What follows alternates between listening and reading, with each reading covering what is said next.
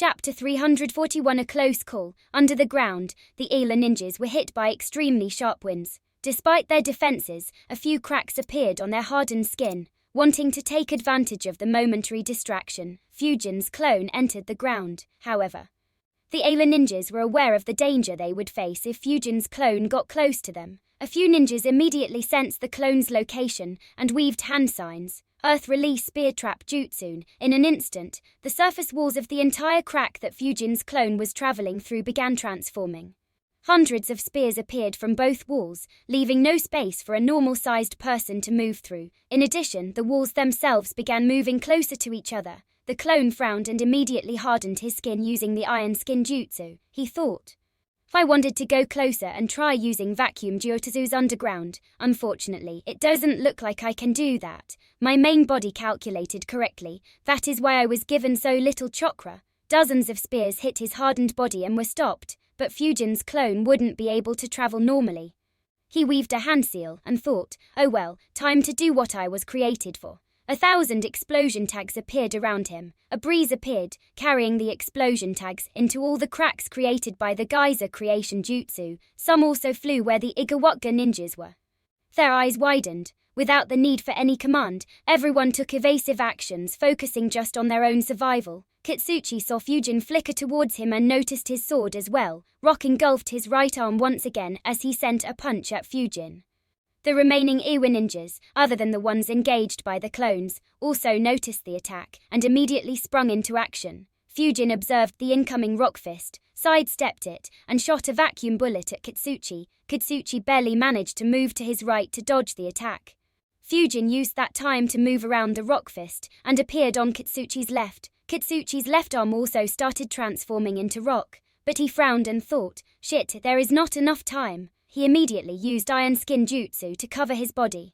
Suddenly, 2 Iwa ninjas appeared next to Fujin, attracting his attention. At the same time, the remaining Iwa ninjas also launched jutsus at Kiragan and Fujin. Fujin observed some lightning sparks on their bodies and thought, lightning transformation jutsu. I will only get one attack. He immediately puffed his cheeks, preparing a few vacuum bullets and ignored the 2 ninjas who appeared using the lightning jutsu and slashed his sword at Kitsuchi. The 2 Ewa Junin slashed their kunai at Fujin. However, before they could hit him, 2 large air bullets shot by Kiragun hit them at point blank. Since they were using enhancement from lightning jutsus to enhance their speed, neither could use the iron skin jutsu. Numerous cuts appeared on both their bodies as both were sent flying to their deaths. The threat to Fujin was temporarily alleviated. At the same time, Yugao Fumito and Buniro used defensive jutsus to protect Kiragan from the incoming attacks. Kiragan flapped his wings as well and generated additional winds to knock off some of the attacks.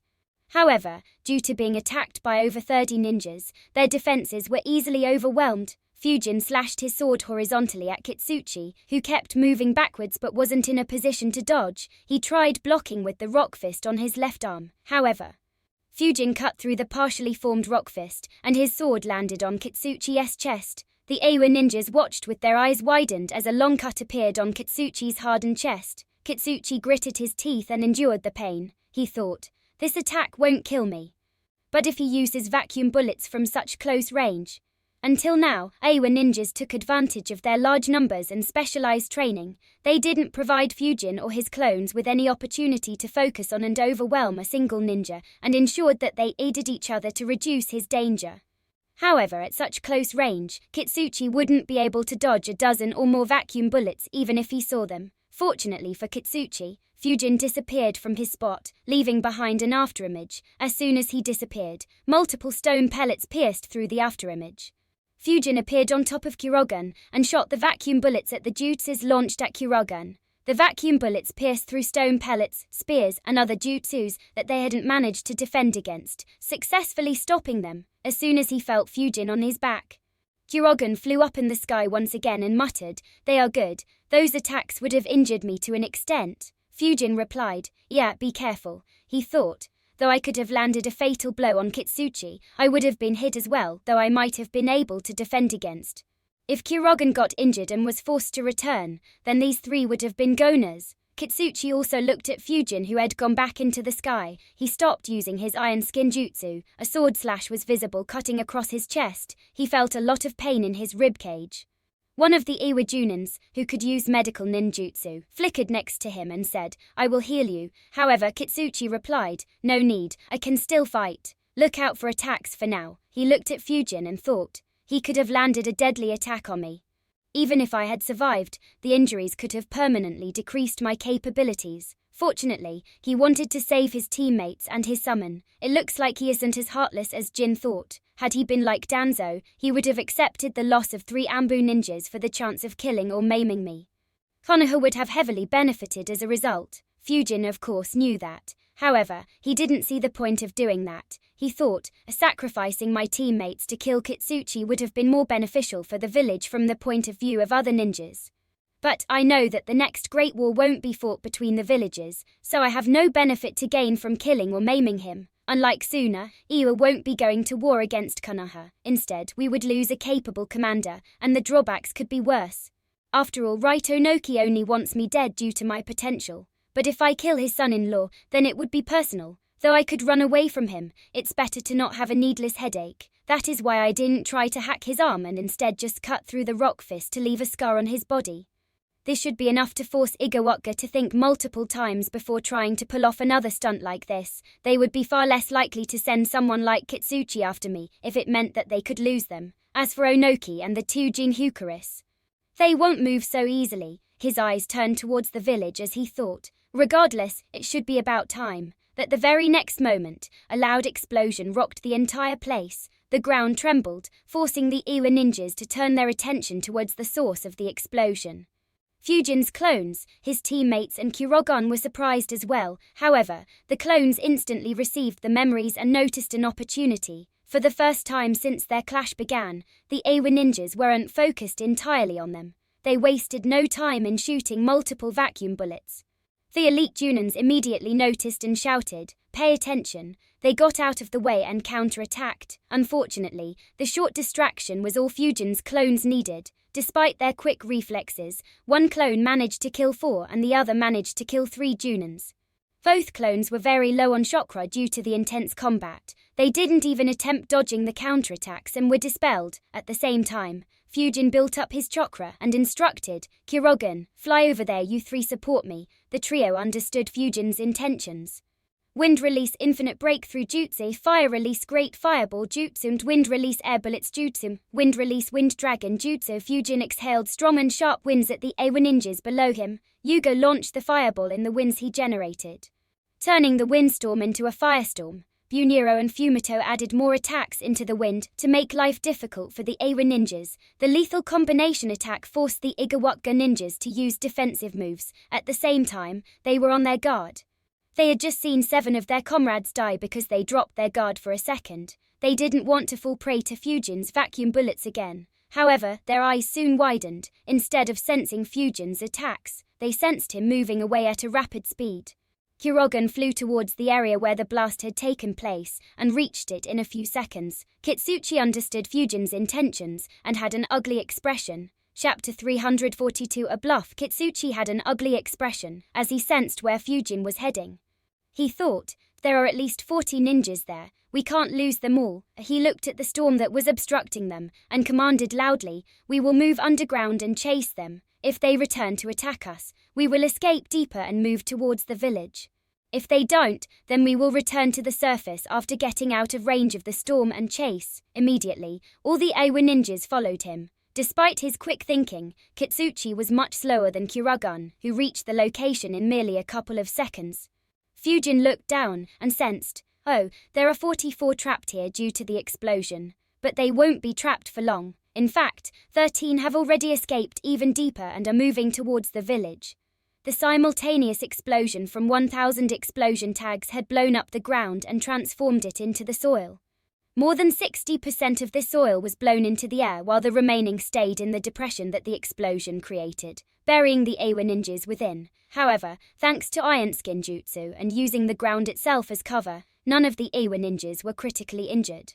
And despite being buried, they weren't in any danger. They just needed slightly extra time to move through the soft soil. But in high-speed intense combat, time was a luxury. Without wasting any time, Kurogan once again infused a massive amount of sage chakra in his breath and shot a beam towards the location where he sensed the maximum number of alien ninjas. Fujin was even faster. He shot a dozen vacuum bullets where the soil cover was the thinnest. Since more than half the soil was blown away, the defense provided was reduced by more than 50. In addition, the loose soil provided far lesser resistance than hard ground.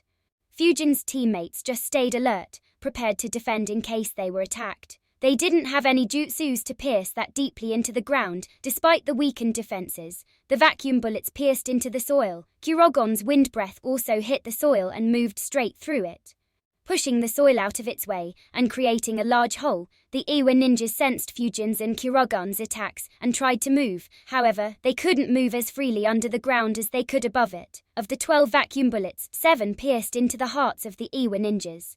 The remaining 5 ninjas managed to avoid taking a fatal blow, but were still left with a hole in their body. The wind breath directly hit 5 alien ninjas that were in the path. All 5 were obliterated on the spot. Fujin created another dozen vacuum bullets and shot them at the 5 injured alien ninjas and another 7 ninjas who were escaping. He thought, finally some easy kills. I was so sick of them dodging every attack. Meanwhile, Kurogan changed the direction of the beam towards the Awa ninjas in the vicinity. He managed to kill another 3 when he and all the Konoha ninjas looked to their right. Towards the village, a strange bird made of rocks flew from inside the barrier and moved towards Kurogan. The Konoha ninjas and Kurogan were shocked. Fujin immediately made a hand seal, while Kurogan flapped his wings and began soaring into the sky. Fumito muttered, "Such high chakra." The rocky bird tried to give chase but was too slow. As soon as the distance began growing larger, the rocky bird pointed its wingtips towards Kurogan and began glowing. In the next moment it exploded. Fujin immediately pointed his hand forward. A barrier appeared under them, shielding Kurogan. Thanks to their quick response, the distance was quite large. Despite the massive explosion, only a small impact was felt on the barrier, but Fujin didn't let his guard down and kept pouring more chakra into the barrier. As he expected, 2 rock spears crashed into the barrier at tremendous speed. They were the rock spears inside the rocky bird's wings which it had pointed at Kurogan before detonating. They created multiple cracks in the barrier before losing their power and crumbling into the soil as they fell to the ground.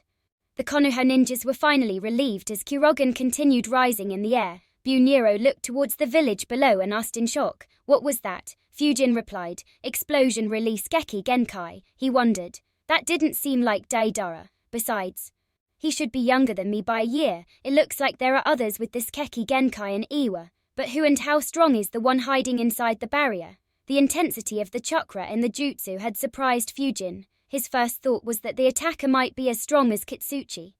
His eyes glowed as he observed the village but wasn't able to gather anything. He asked Kurogan, "Can you sense anything inside that barrier?" Kurogan tried sensing using nature's energy. However, he shook his head as well and said, "No, I can't sense anything. I didn't even notice that barrier earlier." "What do you want to do?" Fujin calculated. "I still don't know who is inside the village. Considering that they didn't come out to help, I assumed that they aren't strong or confident enough to finish me off, but this attack was strong. Even flying on Kurogan won't guarantee our safety. Should I test out who it is and why that ninja hasn't revealed himself?" Fujin thought for a few seconds and decided, "Leave it. It's not worth the risk. My chakra is already very low, and creating another opportunity to kill them easily will be difficult. Not to mention, if the ninja hiding inside the barrier is as strong as Kitsuchi, then even my life would be at risk." He said, "Let's retreat. We have killed enough today." Kurogan agreed with Fujin's decision, and his teammates didn't object either. Fujin pointed Kurogan in the direction of the Ito family's town as he flew away. On the ground, Kitsuchi's group arrived a couple of seconds after the rocky bird exploded. Kitsuchi sighed and muttered. Old man Yoshiki was forced to make a move. Inside the barrier, an old man was on his knees coughing heavily. He had a very pale face. It was the same old man who warned Kitsuchi about Fujin's attainments in Fuin Jutsu. He thought, "Fortunately, my bluff worked. I poured almost my entire chakra into the jutsu and would not be able to perform another any time soon. If he had stayed, then we could have faced more losses." A younger man supported him and asked, "Are you fine, master?" Yoshiki caught his breath and said, "I am fine, Makoto. It's just that I used too much chakra in that jutsu. Looks like my old bones won't support me much." Makoto sighed. Yoshiki was 76 years old. Though he was an elite Junin in his prime was far behind him. Of course, he was still highly respected. The reason was that he was among the only 3 Fuinjutsu grandmasters in Igawaga. As for Makoto, he was one of the seal master that Yoshiki was guiding. Makoto looked into the sky and saw that Kurogon was flying away. He asked, "Why did you scare him away? Now we can't kill him." Yoshiki got up and shook his head. He said, "The battle was lost even before we started. Kitsuchi wasn't aware of his summon, nor did he know about his expertise in Fuinjutsu. So killing him today wasn't possible. He would have just continued attacking until he ran out of chakra and then escaped. The only thing that would happen is that more of our ninjas would have died." Makoto had a complicated expression. He was being guided to become the next Fuinjutsu Grandmaster in Igawaga. Though he wasn't anywhere close to reaching it, his future prospects were very good. But to know that someone 7 years younger than him from an enemy country was not only strong enough to fight against one of Iwa's strongest ninjas but also better than him in his speciality was a bitter pill for him to swallow. He muttered, "But isn't he just 14? Yoshiki sighed and nodded. He said, "In every generation Konoha produces many such talents. 2 decades ago, it was the 3 Sanins, a decade ago it was the 4th Hokage, and now they have the copy ninja, Konoha's green beast and this youngster, the spectral swordsman. Not to mention, I heard that the children of their clan leaders will be graduating from the academy in little more than a year. Once they do, Konoha would likely gain even more elites in another 4 to 5 years, even if they don't reach the same level as these 3. Makoto didn't have any response. He could just sigh helplessly. Chapter 343 A clash with no winners. Outside the barrier, Kitsuchi began checking in on the ninjas who were caught in the explosion. He thought, "I thought I could make him let his guard down and kill him in one blow. But it looks like Yoshiki disagreed with my analysis. Makes sense considering the massive losses we took. I miscalculated badly in this fight. Not a single ninja was alive in the pit dug up by the explosion. The reason was that whoever was alive quickly escaped after the rocky bird forced the Konoha ninjas away. They entered the village before appearing back on the surface. Everyone had minor injuries due to the geyser creation jutsu and the explosion tags. Only 3 had critical injuries. 1 ninja had a hole in his right thigh, another was missing his left arm, and the third had a huge chunk of flesh and bones missing on the right side of his chest. Fujin's last attack managed to kill the 5 injured ninjas, while killing 2 more and injuring 3. 2 ninjas managed to get deep enough into the ground just in time. The medical ninjas hiding inside the barrier quickly began healing the injured ninjas. In a few minutes, Kitsuchi and the rest dug out the Iwa ninjas that had been killed underground. They found 16 dead bodies that had 1 or more holes in them. There were 3 more spots where blood and minced flesh and bones had mixed, forming a gory sight. The Iwa ninjas understood that a ninja died at each spot. The worst was that spot that Kurogon had targeted first. The sight of the gore made even the most experienced ninjas nauseated. Kitsuchi stood still, realizing the losses they took. The Ayla ninjas around him had solemn expressions. They had trained intensely for months to kill Fujin. However, after encountering him, nothing good happened. Not only did Fujin manage to escape uninjured, but a lot of Awa ninjas died. Kitsuchi asked everyone to gather the remains of the fallen Awa ninjas and went inside the barrier. He met up with Yoshiki. Yoshiki looked at him and said, "It's fine. You didn't have all the information. You won't experience such a failure the next time." Kitsuchi sighed and said, "There might not be a next time. His summon can fly at a high speed. We can't trap him, even if we know about this information, unless Lord Tsuchikage makes a move himself. Not to mention, Konoha will be very careful next time." Yoshiki didn't say anything. He agreed with Kitsuchi's analysis and only said those words to lift his spirits. Kitsuchi glanced at the village once and said, "Make preparations to leave. We will destroy all the seals and evidence that might be linked to us. We will retreat after everyone is healed." Yoshiki nodded and looked at his students. Everyone nodded and got to work. A few seconds later, an elite Junin approached Kitsuchi and Yoshiki and said in a grim tone, "We have tallied our losses." Kitsuchi, Yoshiki and a few ninjas around them had dejected expressions. The ninja said, "We found 36 dead bodies. 34 of them were killed by Fujin, and 2 by his summon." A hint of anger could be felt in his voice as he said, "And there are a few more ninjas whose bodies were minced by that beast's attack. We tallied the missing ninjas and calculated that the place with the largest amount of blood and flesh should have had 5 ninjas. So 11 more ninjas should be dead. We lost 47 capable Junins in this clash. He clenched his fists very tightly as he finished speaking. The nails dug into his palms, making them bleed. He wasn't alone. The remaining Awa ninjas couldn't believe the losses they took in that fight.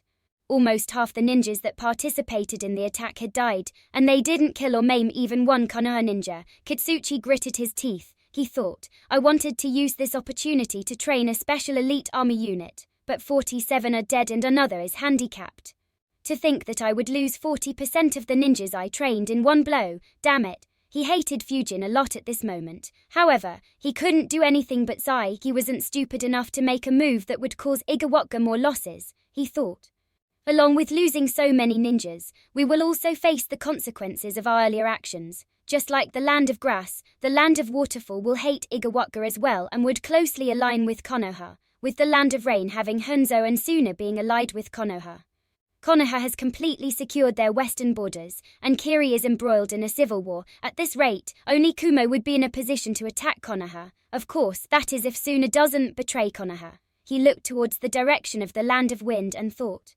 So I never imagined that after being humiliated so badly in the last war, Sunagakure would become the kingmaker in the next war. Kitsuchi was surprised by the conclusion he reached. However, he stopped thinking about the future and turned his attention to the present.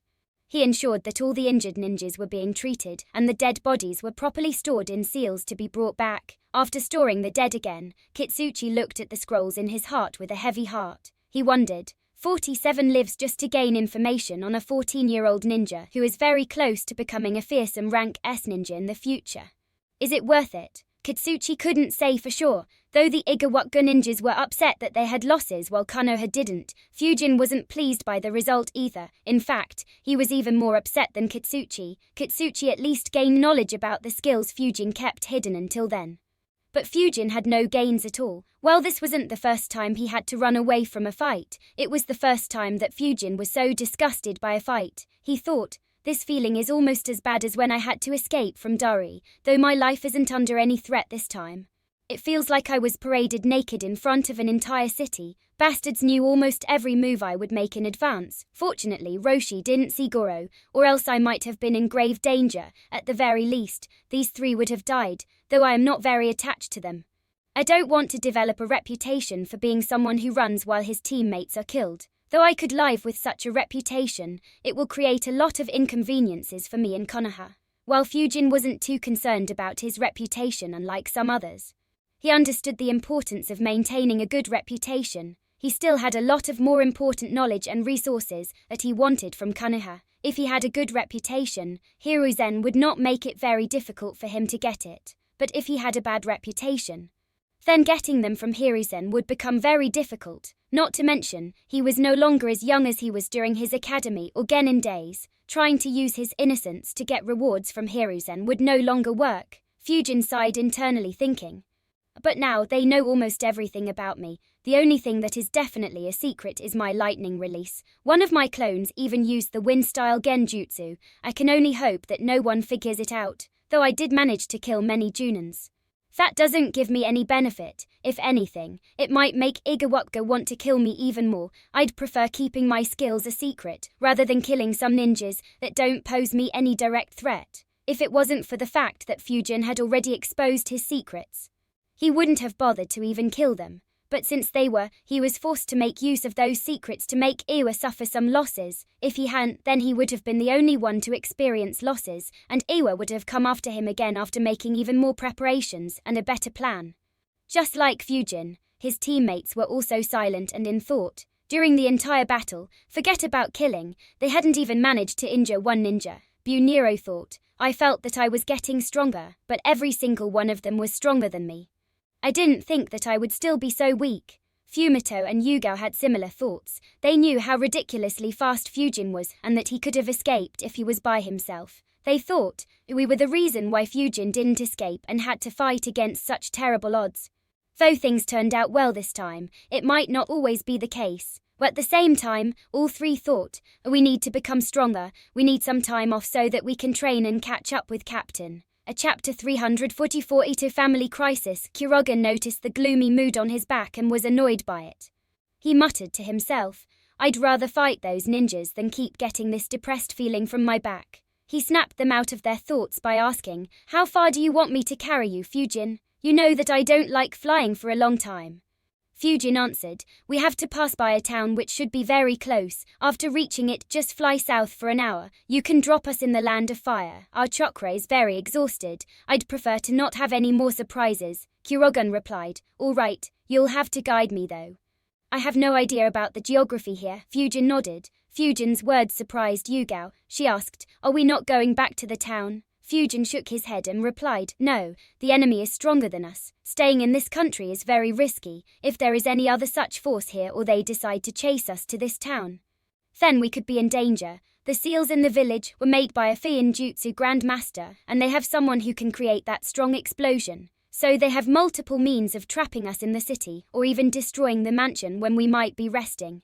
So it's not worth it. None of his subordinates disagreed and they continued moving forward. Since no one was bothering him, Fujin began thinking about the situation again. He thought, what's done is done. There is no point in getting upset over it. I need to analyze why I fell into such a mess in the first place and how Igawaka knew I would be sent here.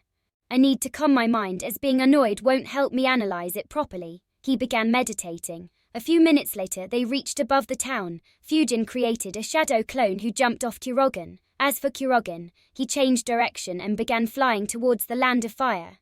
The town was still in panic. It had only been an hour since they had heard about the incidents. Though the Ito family tried to calm the public down, it wasn't very effective, while the Ito family was thinking about what methods they should use to quell the panic. Their guards noticed something in the air. Their eyes widened as they noticed someone falling down. Fujin's clone used Assassin's Rush in short bursts to slow down his fall. When he reached close to the ground, he exhaled a forceful but harmless infinite breakthrough jutsu on the ground to slow down his fall and landed on his feet. Though the guards were surprised, they immediately recognized his attire. However, they weren't sure if it was him or an enemy under disguise. Fujin's clone didn't bother talking with them. He flickered and appeared inside the mansion, next to Ito Yuya. The guards were surprised and hurriedly ran inside to inform them what they had witnessed. Yuya was taken aback by Fujin's sudden appearance. Fujin's clone said, I have important information. Call another meeting instantly. Yuya frowned and wondered, why did he come back so quickly? More importantly, is it him or someone else disguising as him? He quickly asked, why did you come back so quickly? And how can I be sure if you aren't someone else in disguise and want to gather our family and kill us at the same time? Fujin's clone wasn't surprised by the questions. The Ambu frequently faced such issues. He said in a plain voice, you sent most of the ninjas in this town out. If I wanted to kill you and your entire family, then no one could stop me. Yuya was intimidated by his words. Fortunately, the clone didn't continue threatening him and said, but I don't have much time.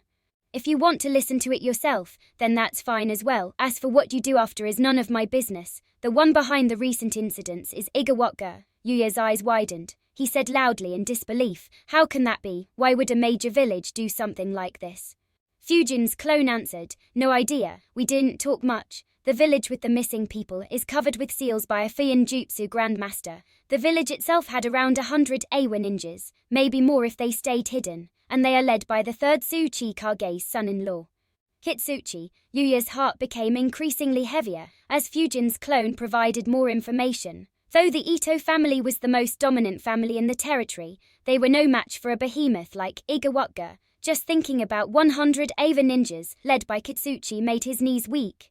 Fujin's clone added, we clashed but were forced to retreat. They would likely not make a move for a few hours, but I am not sure what they will do afterwards. Since their cover was blown, there are two possibilities. The first possibility, and the one you might prefer, is that they will retreat back to the land of stone. The second is that they might try to speed up whatever they were planning. It might involve an attack on this town. Yuya's mind went blank for a few seconds. The information was too much for him to handle. However, as an experienced politician, he gathered himself quickly. He bowed and pleaded, please help us defend the town. Fujin's clone shook his head and said, the amount of Eva forces is enough to start a war. This matter is something that Takigonka needs to handle. As someone from Konoha, I can't be involved lightly in this matter. Slowing them down and providing you with sufficient time is the most I can do. My squad is already heading back. I'll report the details to Lord Heikage, and he will make a decision on Konoha's further involvement. In the meantime, you should coordinate with Takigonka and take appropriate measures. Yuya immediately understood his mistake. He realized, if the Konoha ninjas get involved, then this could result in a war between Konoha and Igawaka fought in the land of Waterfall. Our country will be one to suffer the most. I can't make such a decision. It will have to be made by Takigonka, he replied. All right, thank you for your suggestions. We will act hurriedly. Fujin's clone nodded and replied. Good luck, he dispelled himself. Yuya thought. So he was just a clone. He immediately gathered the important members of his family and informed them about Fujin's words. The entire Ito family was terrified. Thankfully, while the meeting for taking place, the ninjas from Takigonka, who were terrified by the flames raining down, reached the town. They quickly met up with the Ito family and informed them about what they had witnessed. The Ito family were shocked once again. Yuya wondered, is that what the Konoha ninja meant by slowing them down? Who was he to be capable of doing something so crazy? Though Konoha was known for having ninjas with very good fire affinity, it was the first time they had heard about something like this. The fact that a single jutsu could burn down the town they were proud of was a bitter pill to swallow. The Ito family informed the Taki ninjas about what Fujin had informed them. Shocking the Taki ninjas, after discussing it for a bit, they quickly formed a plan. They quickly sent messenger birds to Takigonka. In less than 15 minutes, the entire Ito family quietly departed from the town and went into hiding. Fujin and his squad were still flying on Kurogun. Fujin had calmed down. He analyzed, I need to start from the very basic question. How did Igawaka know I would be sent here? He thought of many possible answers. My first thought was that someone from Konoha leaked my movements, possibly someone like Danzo. But it doesn't seem very practical now that I think about it. After all, Iwa had started this mess around 4 months ago. There is no way Danzo could have known that I would be sent here. Unless he or someone else influenced Eagle to send me on this mission. Still, the chances of this are low. I haven't irked Danzo or any other ninja in power as of yet. But even though unlikely, I will need to check on this. I don't want to leave myself vulnerable to someone scheming against me in the dark. Other than that, there is only one possibility. Igawaka somehow predicted that I would be dispatched here. Or at least, they betted that I might be dispatched here. Maybe they hoped I'd be dispatched but were willing to trap any elite Junin who might have been dispatched here from Konoha. A good scheme indeed. Fujin felt a chill as he realized how much Ila had planned and how much effort they were willing to take to eliminate him. Chapter 345 Becoming Stale, Fujin analyzed. They should have started planning right after I clashed with Roshi. These ninjas should be trained with the help of Roshi so that they can anticipate my attacks and movements and take preventive measures to avoid being killed by me. Training 100 ninjas just to kill me. What a freaking overkill. I'm not even an elite Junin officially, though it might not be just for me. The skills they develop will help them survive tough battles against others as well, with such a good trap. There were only 3 ways for me to counterattack. The one that I used was my summon. Another way was using lightning release. But I don't think it would be as effective as Kurogun. Though my lightning release is good, it is a far cry compared to my wind release. The last method was wind-style genjutsu, the 3 skills they didn't know about. Of course, the simplest option was to just run away with wind instantaneous body jutsu. Had I been alone like I was in the land of wind, I'd have directly left. The plan would have been nullified without much effort. So despite being in a difficult spot, my life wouldn't have been in any danger had I abandoned these 3. I guess since I disappeared using reverse summoning jutsu, Roshi and the rest don't know about my skill with that jutsu. They should have some speculations. Which is why that barrier was probably placed around the village. But they should be unaware of the specifics. Regardless, this makes my life incredibly difficult. If they provide this training for more ninjas, then all my future confrontations with Iwa will prove to be a challenge. And what if they provide my information and the training plan to other villages? If that happens, then there will be special forces in all major villages just to counter me. Maybe others might come up with even better tactics in the future and create even more devious traps for me.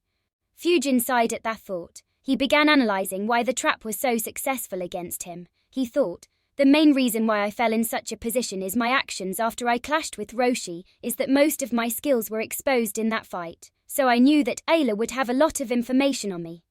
Despite that, I made no effort to upgrade my skills or learn newer ones. Due to this reason, Iwa's plan was so effective. In another way of speaking, my power has become stale. Though I can't be entirely blamed for that, as I spent most of my time on Fuin Jutsu. It still left a flaw that I was aware of but didn't act on, as I never expected anyone to make use of it. After all, if the information about a ninja is available, no matter how strong that ninja is and how well-rounded his abilities are, this world has enough smart and intuitive ninjas to come up with ways of defeating that. Though the performance of these Awa ninjas against me can be considered remarkable, it isn't even comparable to Shikamaru defeating Haiden. The two were leagues apart in strength and abilities, and Haiden was still someone with a lot of weaknesses. Even someone with no visible weaknesses like the Third Raikage was defeated by Naruto's clone after he received information from 8 Tails.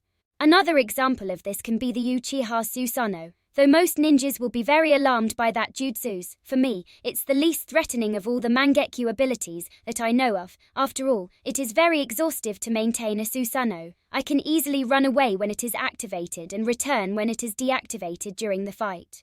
Making it useless, of course, that is if it is used with normal Mangekyo. Since others can be dealt with, after getting enough information, I too am vulnerable, despite my high speed and the penetrative power of the vacuum jutsus, while it still isn't something that could kill me. If I stay complacent, it is only a matter of time. I will have to start working on those ideas that I have. Sigh, I'm so close to becoming a Fuin Jutsu Grandmaster. It would have been great if I could have achieved that before being made to work on this. But delaying this any longer will be more harmful than the gains from Fuin Jutsu. After all, though I have the ideas, it would probably take me over a year to successfully master them. Then I can get rid of this vulnerability. Fujin had reached a satisfactory conclusion when his eyes suddenly widened. He realized, no, that is not correct. Even if I create a new fighting style, even that can be countered when information about it gets known. What I need to do is keep working on it consistently and keep upgrading it. My speed of developing new styles needs to be faster than my enemy's speed of countering my fighting style. Only then I can truly avoid such scenarios. This will have to continue until my strength reaches a perverse level like Hashirama and Madara, or I develop and learn jutsus that can't be countered, like the Flying Thunder God and perhaps the blood jutsus of the Jashin Grand Priest. Sage mode would also help, but Ryu is still unwilling to teach me. Regardless, I need to start working on my ninjutsu once again. Having made up his mind, Fujin stopped analyzing further and rested. Kurogen carried the Konoha ninjas into the Land of Fire and dropped them before returning to Mount Muteki. Fujin's squad continued moving towards Konoha at a high speed. A couple of hours later, Takigonka received messages from the messenger birds. As he read the details in the scrolls, Shibuki's expression became very grim. He cursed. This is bad. Very bad. We can't fight Igawaka right now. One of his advisors said angrily, Lord Shibuki, this is unacceptable. We have to respond to this provocation. Please give us permission to lead our troops and force the Igawaka ninjas out of our country. Shibuki looked at him and retorted. Fight against Iwa? Are you crazy? Didn't you read that the Konoha Amber captain reported that Kitsuchi and a Fuin Jutsu Grandmaster were there? What if they fight back instead of retreating? His reply had everyone in the room looking at him with a deadpan expression.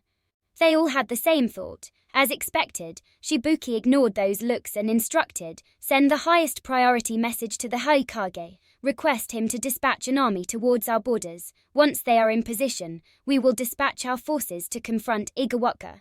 If they retreat, then it is for the best. Otherwise, Konoha will be allowed to enter, and we will ally against Iya. Everyone nodded and got to work. After leaving the room, one of the advisors sighed and muttered, he is so cowardly. Another nodded and said, yeah, he reminds me of his father in all other aspects. But in terms of courage, he is the complete opposite. The time needed to dispatch our forces and have them confront Iowa would have been sufficient for the Konoha ninjas to arrive. He sighed as well and said, leave it. He is still a very good leader. Everyone nodded and began working. Thanks to Shibuki's inaction, Kitsuchi gained valuable time. In the village where they were staying, the Awa ninjas who weren't injured placed the people back in their homes. The people were still asleep due to genjutsu. Similar actions happened in the other villages with missing people. Thanks to Yoshiki's Fuin Jutsu, he had kept all the people in those villages in underground basements, hidden from the eyes of anyone who tried to inspect the villages. They deployed some ninjas in those villages to ensure that the villagers could be kept under genjutsu and not die of thirst or hunger. As for other people they had randomly kidnapped, Ila didn't have any choice but to kill and bury them silently. Though they sent a considerable force, they couldn't handle so many people properly, so keeping them alive would have created some chances of their operation being exposed. After moving the villagers, the Iwa ninjas destroyed the underground basements and filled them up using earth-release jutsus. While the seal masters destroyed all the seals, they removed every trace of their involvement, after confirming that no evidence was left. All the Iwa ninjas in the Land of Waterfall began stealthily moving towards the village where Katsuchi was at. Though Fujin inflicted a lot of damage on the ninjas that attacked him, the remaining Iwa forces didn't have any casualties. Katsuchi waited until everyone had returned to the village and then retreated to the Land of Stone along with everyone else. Only Sho was left back to continue spying. Konoha, it was late at night. Hiruzen had wrapped up all his work and was sleeping peacefully at his home when his sleep was disturbed. Anambu woke him up and handed him the high-priority message scroll. Hiruzen opened the scroll and began reading. His eyes immediately widened before going back to their usual size. He said, "Call Shikaku to my office." The Anbu nodded and flickered away. Chapter 346 Request for a Vacation. Shikaku grumpily walked towards Hiruzen's office. He muttered, "It has just been a couple of months since the situation with Suna cooled down, and I could sleep comfortably. Don't tell me that they have become active again." He reached the office and asked, "What's the situation this time?" Hiruzen tossed him the scroll and said, "Take a look." Shikaku began reading. He muttered in dissatisfaction, "What does Awa want in that country?" Hiruzen said, "To send that many ninjas for so long and take action against so many civilians. It looks like they were looking for something, or planning something huge in that country." Shikaku nodded. He added, "It's tough to say exactly though with those actions. They could annex the western half of the Land of Waterfall, but it won't benefit them much. After all, Takagonka itself would have been safe, and that's where the forces of that country are accumulated, and hurting a buffer country between our villages will cost them diplomatically. So overall it would be a loss. I have a feeling that they were searching for something or someone." "Which Anbu squad did you send?" Hiruzen replied, "Fujin's squad." Shikaku became mildly annoyed on hearing Fujin's name. He muttered, "Nothing good happens when that brat is involved. Our relationship with Suna is still brittle, and Kumo is eyeing us like wolves. If he provokes a war with Aiza, then we will be in a tough spot when hostilities begin." Hiruzen sighed and said, "Even if he doesn't, our situation won't be any different. We have always had to face all four villages. Regardless, Fujin has calmed down a bit since he clashed with Roshi. Let's wait for him to arrive. In the meantime, start deciding who we should send to the border." Shikaku nodded. Fortunately, they didn't have to wait for long. A few minutes after Hiruzen and Shikaku met, Fujin and his squad arrived in Konoha. Since they had eaten soldier pills, they traveled non-stop until they reached the village. After entering, Fujin said, "It's night time. Lord Hokage should be asleep. You guys can go to your homes. I'll report the mission to him." His teammates nodded, but before he could leave, Yugo said, "Captain, I thought a lot during our journey here and have a request." Fujin stopped and turned around. He asked, "What request?" Yugo said, "During this mission, every one of the enemies was as strong as me. I couldn't do anything to help you. I want a few months' break to train so that I won't be a burden the next time." Fujin was surprised by her request. Before he could speak, Buniro said, "I have the same request." Fumito added, "Same here." Fujin said, "The enemy was strong this time. Even if you get stronger, there will still be someone stronger than you, so don't be too discouraged. But all right, taking time off to train is good. I was thinking about it as well. I'll discuss with Lord Hokage to see if I can get a training vacation for our team." Yugo said, "Thank you, Captain." Fujin nodded and flickered away. His team stayed in the same spot for a few seconds. Fumito chuckled and said in a self-mocking tone, "We were completely useless during this mission." Buniro didn't know what to say. Yugo sighed and said, "They were probably all Junins. If not for his summon, we would have died there, and could have dragged him with us as well." Fumito said, "They had a few chances to deal fatal blows to us during the initial phase of the battle, but for some reason, they didn't. Thinking about it, I believe they wanted to keep us alive so that he would be forced to stay and defend us." Yugo nodded. She had realized it as well. That was the main reason she asked for a break. Buniro's eyes widened. He thought, "I was wondering about that as well. I never imagined that this would be the reason." Fumito said, "Anyways, we have managed to return in one piece. Let's train so that we won't feel this way again. Good luck to both of you." Yugo and Buniro wished him luck as well and went their separate ways. Fujin was unaware of their conversation. As he approached the Hokage building, he thought, if they train seriously for a few months, Yugo and Fumito will quickly get promoted to Anba captain. Though Buniro wouldn't, his strength will reach close to this rank as well. That's good. I'll convince Hiruzen to give us a long break. After the break, I'll recommend Yugo and Fumito for the Ambu rank and quit the Ambu using that opportunity, as my team will be dissolved. Fujin focused his attention towards the Hokage office and sensed two chakras. He wondered, what are these two doing awake at this hour? Did Taki send a message? Anyway, this is good. I won't have to wait for an Ambu guard to go and wake him up. He quickly went to the office. An Ambu guard appeared and asked, Tortoise, what are you doing here at this hour?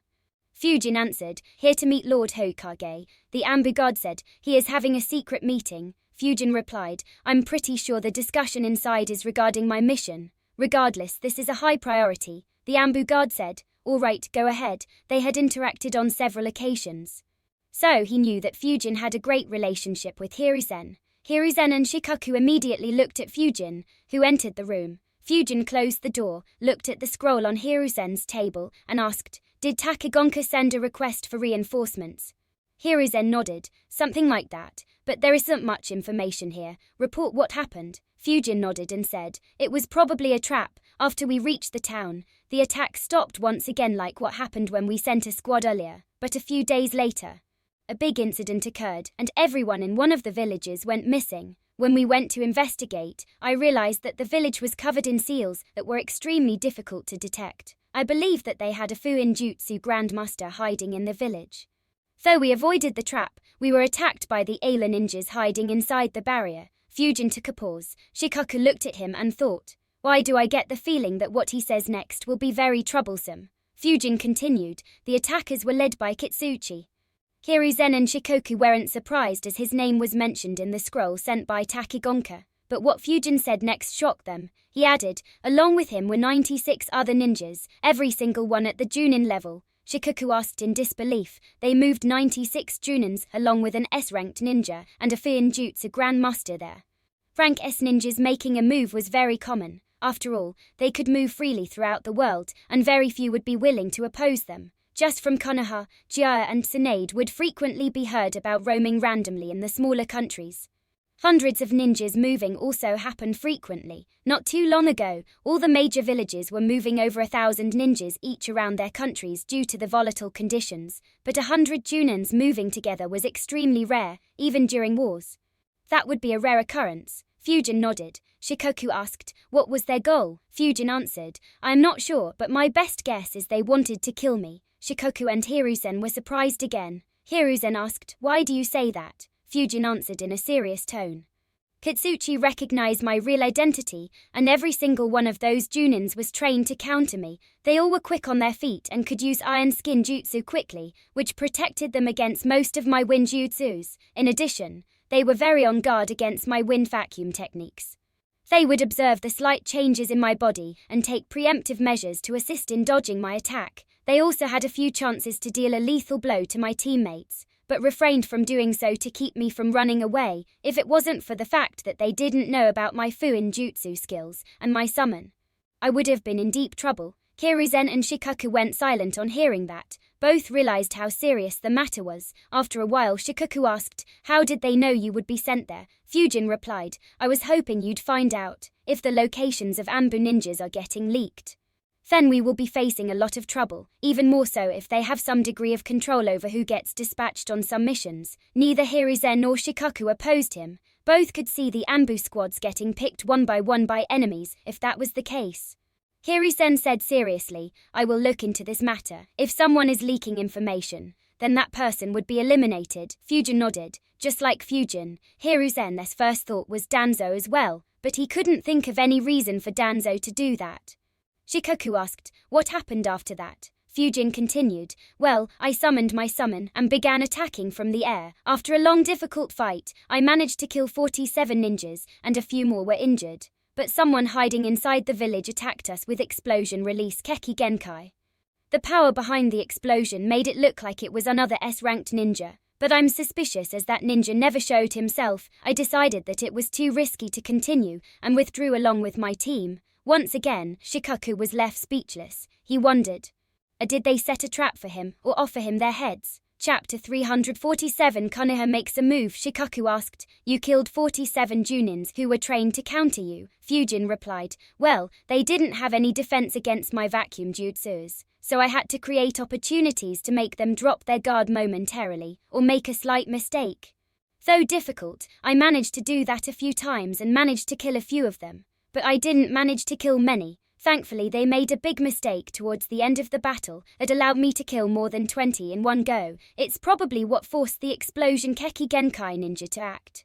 Shikaku didn't know how to respond. He thought, killing 47 Junins is a huge achievement, but there isn't even a single bit of joy in his voice or a sense of achievement in his expression. Instead, he sounds like he was the one who lost 47 Junins, unlike Fujin, who was very frustrated over his skills being countered. Shikaku and Hiruzen weren't worried about it. After all, Hiruzen was probably the most all-round ninja in the world. He had no weakness, and he could freely switch to any fighting style to counter his opponent. As for Shikaku, his opponent's intelligence was the last thing he worried about. He could make numerous strategies on the battlefield to counter whatever plan the enemy came up with, so neither shared Fujin's vulnerabilities, though they understood his position. From their point of view, it was just a natural obstacle that any top-level ninja would have to overcome.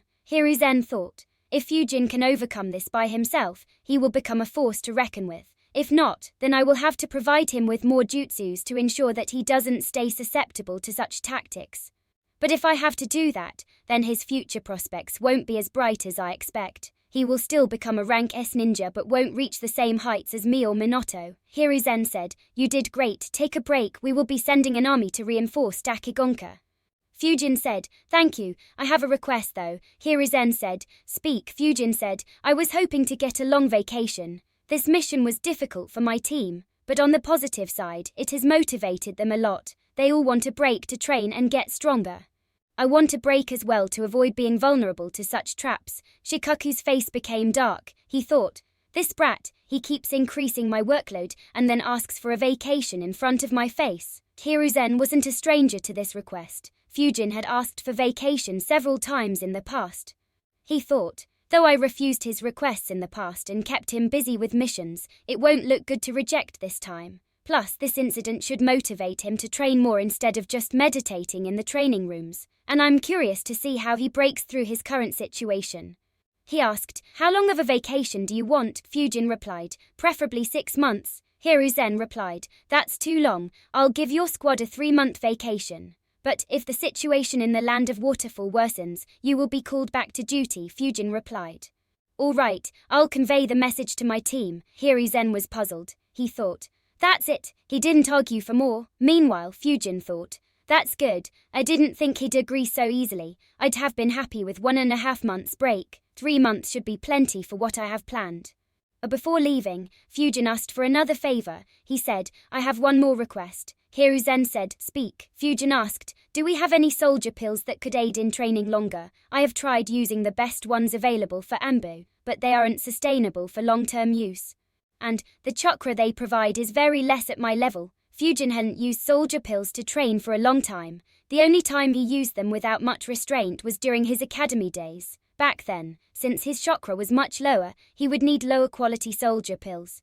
They wouldn't cause much strain on his body. In addition, as a student, he wouldn't be called suddenly for any missions that could pose a danger to his life. So he wasn't worried about the time when the collective exhaustion would hit him and would force him to rest for a few days. But the normal soldier pills didn't have much effect on him anymore. With the crazy amount of chakra some of his jutsus needed, even the highest quality of soldier pills available to him didn't provide him with much help in training, and despite that, the exhaustion it would cause was greater than ever, so Fujin had been reluctant to use them to train. Since he wasn't in a hurry and felt that he still had plenty of time before the important incidents took place, he hadn't bothered to look for other means. But the trap set by Igawatka created a sense of urgency in him. Hiruzen replied, "No soldier pill is sustainable for long-term use. They are meant to be used only in war to help you fight for a longer time." He opened his drawer, grabbed a bottle and tossed it at Fujin. He said, "These pills are specially made for me. The amount of chakra they provide is several times what the amber use. In addition, it works for 2 additional days. But the exhaustion it causes is very bad as well. Don't train for a day after the exhaustion hits." And don't consume another pill for a week after you recover from the exhaustion. Fujin observed the pills in the bottle and said, "Thank you, Grandpa, I'll see you later." He left the room, leaving Hiruzen and Shikoku alone. Shikoku asked, was it safe to give him that pill? Hiruzen replied, "It's fine. He trains a lot but takes good care of not overexerting to himself. He also has some expertise in medical ninjutsu and regularly gets himself checked by Yoshi and Isamu. As long as these pills don't land in Guy's hands, we won't have any issues." Shikoku replied, "True, his training is just too much." Shikoku glanced at Hiruzen and asked, "By the way, can I get a Vakati?" Before he could complete his question, Hiruzen interrupted and said, "No, get to work." Shikoku let out a sigh and got back to work. He wrote a reply to Takigonka and sent it to them through the same messenger bird. While the bird traveled, the two of them worked through the night. After leaving the office, Fujin wondered, "So, what should I do now?" as he had eaten the soldier pill. Fujin wouldn't be able to sleep for another 2.5 days, he thought. Though my chakra isn't completely exhausted, it is still very low. It will take around 8 to 10 hours to recover. Until then, I can't train or create a lot of clones for Fuin Jutsu. Looks like I only have one choice. Fujin went straight to the wind training room and began meditating. As he meditated, he thought, the wind crystals barely have any effect on me anymore, though thousands of small-minute improvements could still create some qualitative change. The process will be very slow and might need decades. I don't need to waste my time in these rooms anymore, though there is no harm in coming here when I have to meditate for any reason. Fujin eliminated all thoughts from his mind and began meditating earnestly. The energy from the wind crystal began dissipating rapidly. By noon, Shikoku had assembled 250 ninjas. Round 60 were Junins, while the rest were Chunings. Once again, the leadership was given to Kakashi. Kakashi stood in front of the small army and muttered, "Aren't we doing this too frequently?" Guy, who was standing close to him, said, "Yeah, and we don't even fight anyone. We just move around until the situation diffuses itself." Kakashi sighed. He wasn't a big fan of war, but since Hiruzen wanted to nurture him, he had been assigning Kakashi to all such leadership roles. Due to frequently leading hundreds of ninjas, and in addition to his reputation, almost everyone in Konoha had begun seeing Kakashi as the leader of the next generation. Under Kakashi's orders, the Konoha forces began moving towards the land of Waterfall. An hour later, the messenger bird reached Takigonka. Shibuki received the message and called for another meeting. He informed the council. Konoha said that they will send out 250 ninjas this noon, meaning that they should have already left. In addition, they will dispatch 500 more ninjas tomorrow. One of his advisors said, "Konoha is quick as always. The first force should arrive at our borders by tomorrow morning, so they will be in a position to reinforce us quickly after our clashes begin." Shibuki asked, "How is our preparation?" Another advisor answered, "We have prepared all our ninjas. All 2,000 ninjas are available and are awaiting orders." Shibuki thought for a bit and said, "If we move now and run into Igawaka's trap, then we will suffer a lot before the Konoha forces arrive. We will wait for a bit more to prevent any needless casualties. At midnight, you will lead half our forces towards the Ito family's territories. We will use the cover of the night to sneak attack any enemy forces in our territory. The remaining half will stay back and defend the village in case this is some sort of distraction." Everyone agreed with his decision and began making preparations. Chapter 348 Training Plan New Vacuum Jutsus. While Takigonka got busy, Fujin finally stepped out of the Ambu training facility. He stretched his body and thought, "My chakra has completely recovered. Looks like I can return to training. But first, I need to inform them of the vacation." 3 shadow clones appeared around Fujin. They immediately flickered away and informed his teammates about the 3-month-long vacation. Everyone thanked him and promised to spend the entire vacation training to become stronger. The clones gave some tips to them, especially to Buniro, before dispelling themselves. When Fujin received their memories, he was back in his home. He thought, "Not bad, their determination hasn't decreased, but how should I move forward?" He thought for a bit and analyzed. "My initial plan was to have my clones continue learning the 4-symbol seal while I begin ninjutsu training. But I won't be able to sustain such training until I eat the soldier pill Hiruzen gave me. So for the next couple of days, I will focus on ninjutsu. Even in ninjutsu, I can't keep moving blindly anymore. Though I did create a few combat systems in the past to ensure that I have no weaknesses, those systems won't be very useful against rank as ninjas or junins who have been trained to counter me, but That doesn't mean I need to scrap everything I learned in the past and come up with something completely new. After all, these techniques are still very lethal and provide a skeleton for my future combat systems. I just have to make a few additions or changes that would make any preparations against the current me useless against the future me. As he analysed, Fujin walked into his basement and entered one of the rooms. This room was his study room. It had a few desks, a lot of books, scrolls and writing and drawing tools. Of course, nothing in the room was something that needed to be kept a secret. Fujin grabbed a pen and a piece of paper and made a few notes as he thought. My current strengths are my high movement and combat speed, high speed and penetrative power of vacuum bullets, cannon and waves, the versatile nature of my infinite breakthrough jutsu, and my swordplay. In these aspects, I can compete with almost everyone except the ones that stand at the very top like Hiruzen, Aoronoki. Among the ninjas still alive, I guess A and Obito are the only ones who can dodge my vacuum jutsus with ease and would dare to get hit by it. Even though Hiruzen and a few others could dodge, while some like Orochimaru and Kakuzu's have their quirks, they would still be very wary when facing me and would be forced to place the majority of their attention on me. But it's this penetrative power that made me a bit complacent. Iwa took the perfect advantage of this complacency. I currently use 3 vacuum jutsus regularly: vacuum bullets, vacuum cannon and vacuum serial waves. All 3 have to be shot from my mouth, and though short, all 3 need some preparation time. The Awa ninjas used this fraction of a second to comfortably dodge my attacks. And this isn't something I can improve on. The time I take is already very low. Decreasing it any further by a substantial amount isn't viable. So that leaves me with 2 options to make my vacuum jutsus even more threatening. Fujin raised his left palm. A wind sphere with a vacuum core began forming quickly. Fujin looked at the vacuum sphere and thought, this was the first vacuum jutsu I learnt. Awa ninjas didn't know about this. I could have used it in the battle, but I didn't because I wouldn't have got a lot of kills.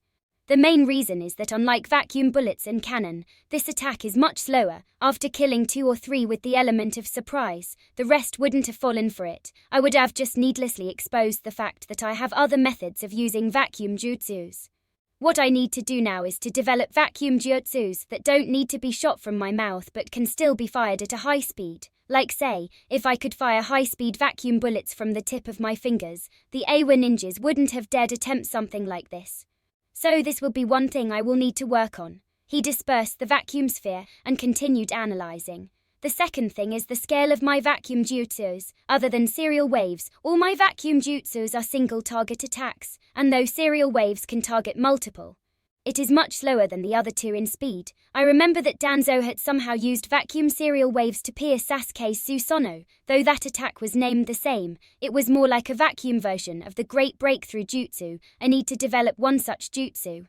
An AoE attack that shares the penetrative power and speed of vacuum jutsus. Once I develop it, just barely dodging my attacks won't be of any further help. The opponent will either need a very good defense or be fast enough to escape the range of the jutsu. A feat that very few would be capable of. Fujin kept the pen down and thought, once I master these 2 aspects, Awa's current preparations against me will become useless, unless of course they could come up with something new to counter that. But Fujin's expression became very serious and determined as he muttered, but in order to get that information, they will have to pay the lives of hundreds of Junins, a loss that would make their hearts bleed. Fujin shook his head and analysed. This should be enough to break out of the current situation, but it won't be enough to dominate the rank S ninjas. I need to create jutsus and techniques that complement my fighting style and keep improving them until I can reach rank S through this. One idea I have had for a long time was using wind chakra for taijutsu, though the senju taijutsu style is strong. Just like vacuum bullets, dodging them is easy. But if I can cover my fists with wind, then merely dodging won't be sufficient. If I succeed, my punches can become as lethal as my sword. If I can go a step further and create a wind cloak similar to Raikage's lightning chakra mode. But that will be very difficult. I will have to see how I could use wind to enhance me. I can see how I can use it to make a threat to anyone attacking me. But if I can also use it to increase my speed and power, then the effect will be numerous times higher. And I will have to do the above without putting a huge strain on my chakra reserves. Apart from this, there is the idea I had with the rank E and D jutsus before I decided to drop them. That idea might be the key to implementing the idea I had when I was learning Susumu's wind-style genjutsu.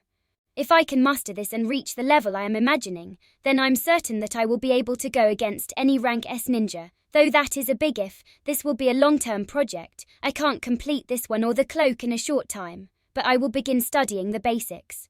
I will get more ideas to improvise once I start the training. Fujin stopped thinking and looked over the notes he had made while analyzing. After a few minutes, he nodded and crumbled the piece of paper in his fist. The paper caught fire and was soon reduced to ashes.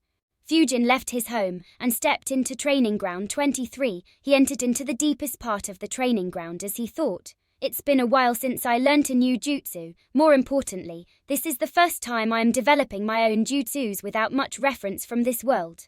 He stretched his body and muttered, "Oh well, I hope everything goes well." He clenched his right hand into a tight fist and stared at it. Chakra gathered around his fist and forearm. The chakra transformed into the wind and began revolving around Fujin's arm. Fujin focused on the wind and made it revolve faster. Under Fujin's control, the wind began revolving at a higher speed, almost forming a mini tornado around his fist and forearm. Suddenly, a long cut appeared across Fujin's forearm. Blood spouted like a fountain and mixed with the mini tornado, giving it a reddish shade. Chapter 349 Training begins. Fujin immediately stopped providing the chakra. The winds lost their sharpness and slowly dispersed away. 3 long cuts had appeared on Fujin's forearm. Fujin sighed and thought, "I was expecting something like this to happen. That is why I didn't try this idea when I had it. Unfortunately, after learning medical ninjutsu, I became busy with a lot of matters. Since high-level ninjutsu were readily available, I didn't bother learning this jutsu." A green glow appeared on Fujin's right forearm. The 3 cuts stopped bleeding and started healing at a rapid speed. If Hiruzen saw the sight, he would be shocked. Fujin was healing himself without using any hand seals. An extremely small number of ninjas were capable of this feat. Fujin observed as the cuts closed up and thought, "Sealess healing sure is convenient, but the chakra control needed for this is nuts. I needed over 2.5 years to learn this, and my current speed of healing isn't high enough to shrug off any damage I take in between a fight. Fortunately, I can play a game of cat and mouse until I am healed." Once the cuts closed up, Fujin's right forearm became black in color. He once again gathered chakra around his fist and forearm. The chakra transformed into wind and began revolving around his arm at a rapid speed. As the speed increased, Fujin felt several blows to his arm. Fortunately, the iron skin jutsu prevented any more injuries. Once the speed reached an optimal level, Fujin flickered and appeared before a tree. He sent a punch towards it but stopped just before his fist made contact with the tree. The mini tornado around his fist moved forward and hit the tree. It created hundreds of cuts on the tree every second. After around 5 seconds, the winds began losing their sharpness and dispersed away. Fujin withdrew his fist and observed the tree. The tree had thousands of small cuts on its trunk and a few small holes drilling through it but was still standing. Fujin analyzed. This is much weaker than I thought. But it's understandable as this is the first time I did it and didn't physically punch the tree. Once I master it, I should be able to blow the tree apart. The power will still likely be weaker than the Senju Taijutsu style, but it will be more lethal. But something doesn't feel right. It's as if the jutsu wasn't as free-flowing as I imagined it to be. Fujin went silent. He once again hardened his right arm and created the tornado around it. He closed his eyes and allowed the winds to flow rapidly for a few minutes. He submerged his mind, focusing only on feeling the wind to understand what was wrong. After 5 minutes, the wind slowed down and dispersed. He opened his eyes and thought, "There are 2 main problems. Though using iron skin jutsu protects my hand, it also takes some of my concentration away from the winds. The reason for this is that I have to simultaneously convert my chakra into wind and earth at the same time. So the jutsu isn't as free-flowing as I envisioned. The other issue is the very fact where I need to use the iron skin jutsu. I can feel the wind hitting my arm randomly.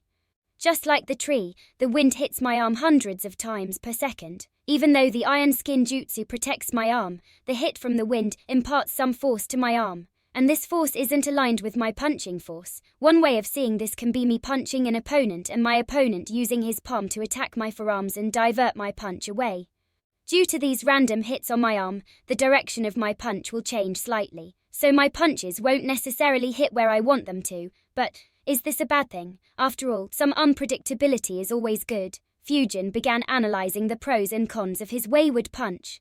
Soon he shook his head and realized, No, this waywardness will be useful only when my opponent is dodging. If my opponent hits back, then this uncontrolled punch can cost me dearly. The most ideal way would be to properly control when the wind would hit my arm and use it to catch my opponent off guard. Unfortunately, that is quite difficult. I will first have to completely prevent any such random winds from hitting my forearm and fist. Then I will have to find a way to hit my arm with the same winds, but without their sharpness and in a controlled manner. Either that or I could use the Assassin's Rush as a reference to do something like that. But first thing first, I need to stop getting hit. Luckily, this training will also allow me to improve my control over the winds further, something that will be very useful for my plans to create new vacuum jutsus and wind jutsus. Fujin began his training. Since the technique didn't require a crazy amount of chakra, he created 3 shadow clones. Fujin and a clone continued hardening their right arm and tried to control the winds, while the other 2 did the same with their left arm. While Fujin lost himself in his training, Shikoku and Hiruzen were very busy. Shikoku had already arranged for the next 500 ninjas to move, so he and Hiruzen focused on the next most important issue, how Igawaka could know that Fujin would be sent there a few months in advance. Hiruzen entered Eagle's office. Eagle, who was busy handling the files, looked up and saw Hiruzen standing in front of him. He asked, "What brings you here, father?" Hiruzen said, "The current deployment is due to the mission you assigned to Fujin. The one behind those incidents in the land of Waterfall was Igawaka." Fujin's identity was compromised, and Igawaka knew about his arrival far in advance. Eagle's eyes widened. He was surprised to hear that. Hiruzen obviously wouldn't doubt his own son. He asked, "Did Danzo or anyone else influence you to send him?" Eagle shook his head and said, "That's impossible. No one asked me or even hinted at sending Fujin to that mission. In fact, I didn't know I would send him there myself. I only decided that after the previous Ambo squad returned empty-handed, considering that the incident started around 4 days ago." There was no way Igawaka knew that he would be sent there. Hiruzen fell into a thought on hearing his words. He thought, his words are logical. How could anyone know that Fujin would be deployed 4 months ago? The only way would have been if Ila could arrange for him to be sent. But that doesn't seem to be the case. Did they somehow predict, or perhaps gamble, that we would send Fujin when we learnt that this matter needed an elite Chunin to handle? Hiruzen said, "All right, if you find or recall anything strange about this incident, come to my office." Eagle nodded. Hiruzen disappeared as quickly as he arrived. Later in the evening, Shikachu once again arrived in Hiruzen's office. Dark bags were visible under his eyes due to his lack of sleep. He asked, "Did you find anything from Eagle?" Hiruzen shook his head and answered, "No, no one influenced his decision to send Fujin." "Did you find anything?" Shikaku replied, "No, I didn't find anyone suspicious. This means that Ayla didn't know that Fujin would be sent there in advance. They might have been wanting to target any elite Chunin we send sneakily and eliminate him. It's likely that they had some spies in the land of Waterfall who identified Fujin's squad when they reached there, so they either activated the trap that they had in place or called for reinforcements within the 3 days when they were silent." Hiruzen nodded. He had reached the same conclusion as well. He said, "So that leaves us with just one more question." Shikaku muttered, "How hard Ayo will retaliate considering the losses they took?" Hiruzen nodded and said, 47 Junins is a huge number. Onoki should be in a rage once he gets the information about the losses his forces took. But he should also know that a war between us will be detrimental to both our villages. Suna and Kiri aren't in shape to take advantage of it, so Kumo will benefit heavily." Shikaku agreed. He said, "Yeah, in addition, though they suffered a heavy loss, they were the ones who attacked first. And the war won't be just between us. Taki will assist us as well. Kuza might help as well, considering that Awa sent their Jinwekarik into their territory a few months back. At the very least, we can ask them to deploy their forces on Igawaka borders to pressurize them and split their forces." Chapter 350 Taki moves, Iwa schemes. Hiruzen nodded and said, "Yeah, let's hope that Onoki follows common sense and doesn't act irrationally. Keep a close eye on the situation. If the situation worsens, deploy any tactics you can to inflict heavy losses on Igawaka as soon as the war starts.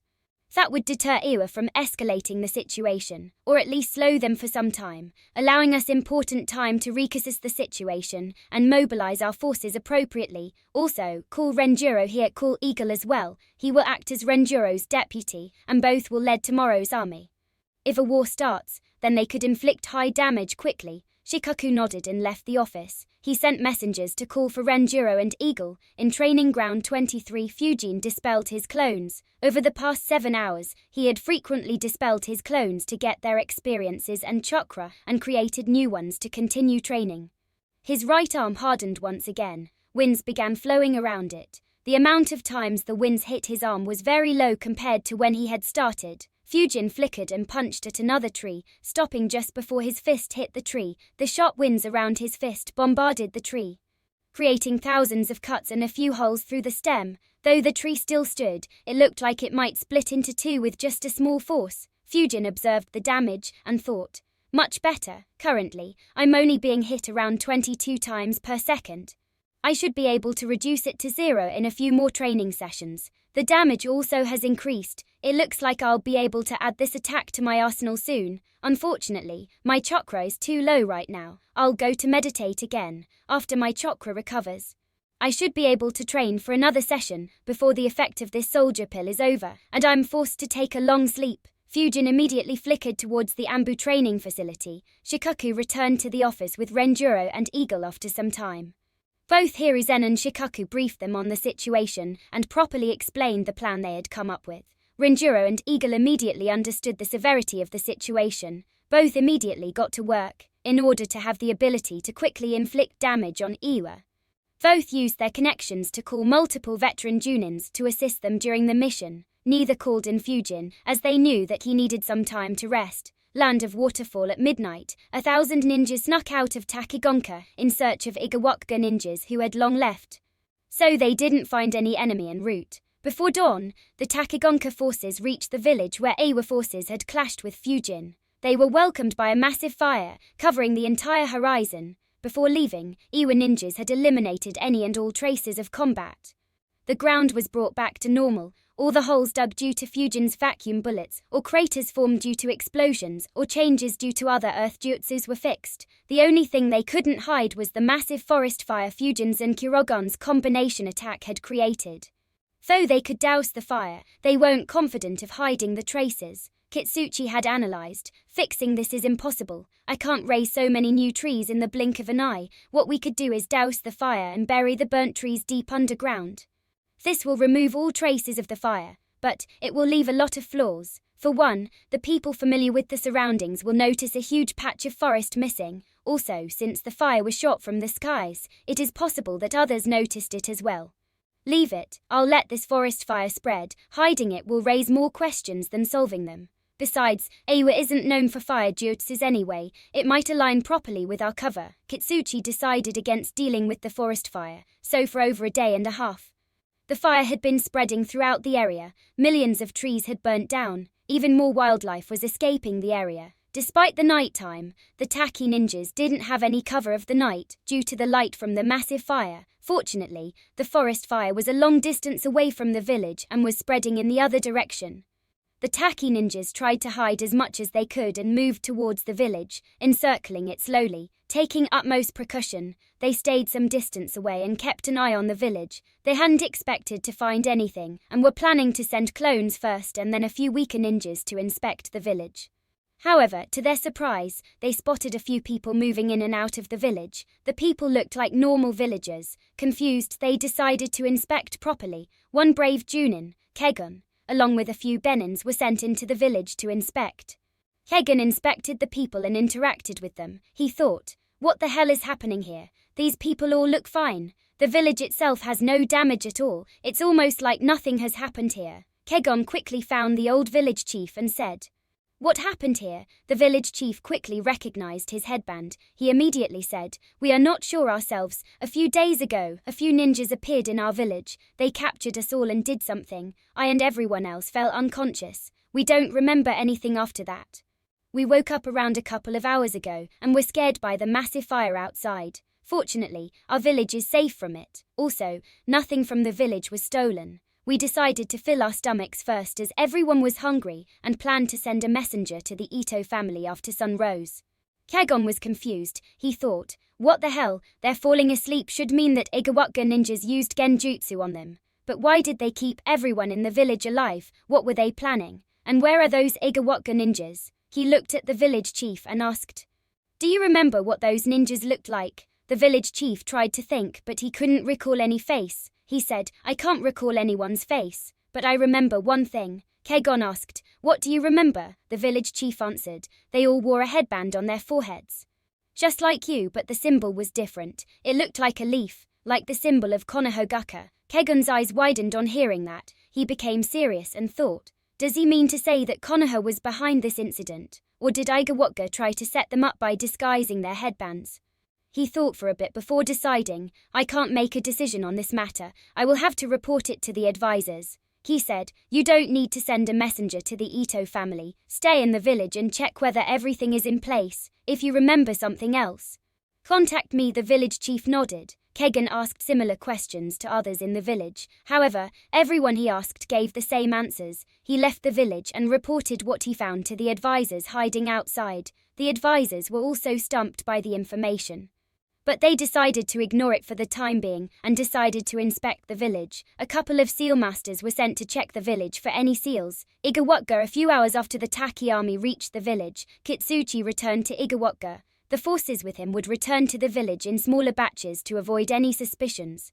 In order to show that Iwa had nothing to do with the incidents, Kitsuchi didn't deploy any forces on the border. He wasn't worried about Takigonka attacking their borders. If they did, then Iwa would hit back hard and Konoha wouldn't have any righteous excuse to help Takigonka. Kitsuchi entered Tsuchikage's office. Onoki looked up and saw him. He said, good to see you back. A frown formed on his face as Onoki asked, why is your expression so down? Kitsuchi sighed and said, everyone leave. Immediately, all the ninjas and the Ambu in the room left. The doors and windows were shut and the secrecy seals were activated. Onoki asked, what happened in the land of waterfall? Kitsuchi said, we lured Suzuki Fujin into the trap, but nothing after that happened as per our plan. Kitsuchi narrated the fight against Fujin to Onoki. Onoki's eyes widened, his expression became serious as he learnt the full range of Fujin's abilities. He muttered, vacuum jutsus, a summon that can fly and is equivalent to an elite Junin in power. High Fiin jutsu attainments 47 Junins. He went silent for a minute. Despite having seen so much, the details were still too much for Onoki to digest easily. A well-planned trap that was created by Kitsuchi and overseen by him was broken. They suffered heavy losses and only received more information in return. Chapter 351. Onoki's decision. Kitsuchi waited without speaking, waiting for Onoki. Finally, Onoki sighed and muttered, this brings back the bitter memories of the last war. Kitsuchi understood what Onoki meant. Iwa had paid a bitter price to eliminate the third Reikage. Soon after, Minato eliminated an entire army of 1,000 ninjas consisting of only Junins and Chunins by himself. The twin blows forced Onoki to back down and sign a peace agreement with Konoha. Onoki could see that Kitsuchi was very dejected by his loss. In order to lift his morale, he said, though the losses are high, they show how dangerous this kid is. Any one of these three aspects would force us to take that ninja seriously.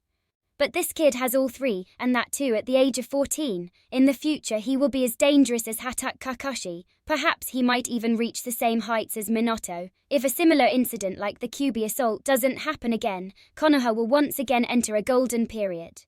We have to crush him before he completely matures, otherwise we won't have anyone to defend against Konoha in the future, Onoki thought. Though we too have three promising youngsters, they are far lacking as compared to Fujin and Kakashi. It's very unlikely that Kurotsu, Akatsuchi or Deidara will reach the same level as me, so once my power begins to fade, we will be very vulnerable to any attacks from Konoha. Kitsuchi interrupted his thoughts and asked, I agree, but how should we kill him? On seeing his speed firsthand and knowing that he has a summon that can fly, I can't deal with him myself. In fact, when he works together with his summon, even I am at risk. Onoki nodded and said, yeah, you can't. The only way to kill him will be by catching him off guard with my dust release or with the tailed beast bomb, Kitsuchi argued.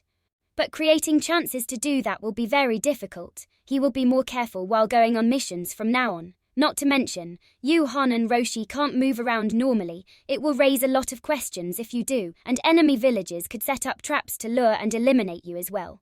Kitsuchi understood that Konoha and other countries could set up traps as well. Konoha especially was very dangerous in this aspect, due to having intelligent and devious planners like Hiruzen, Shikaku and Danzo, and also had the Sanins to ensure the success of such traps.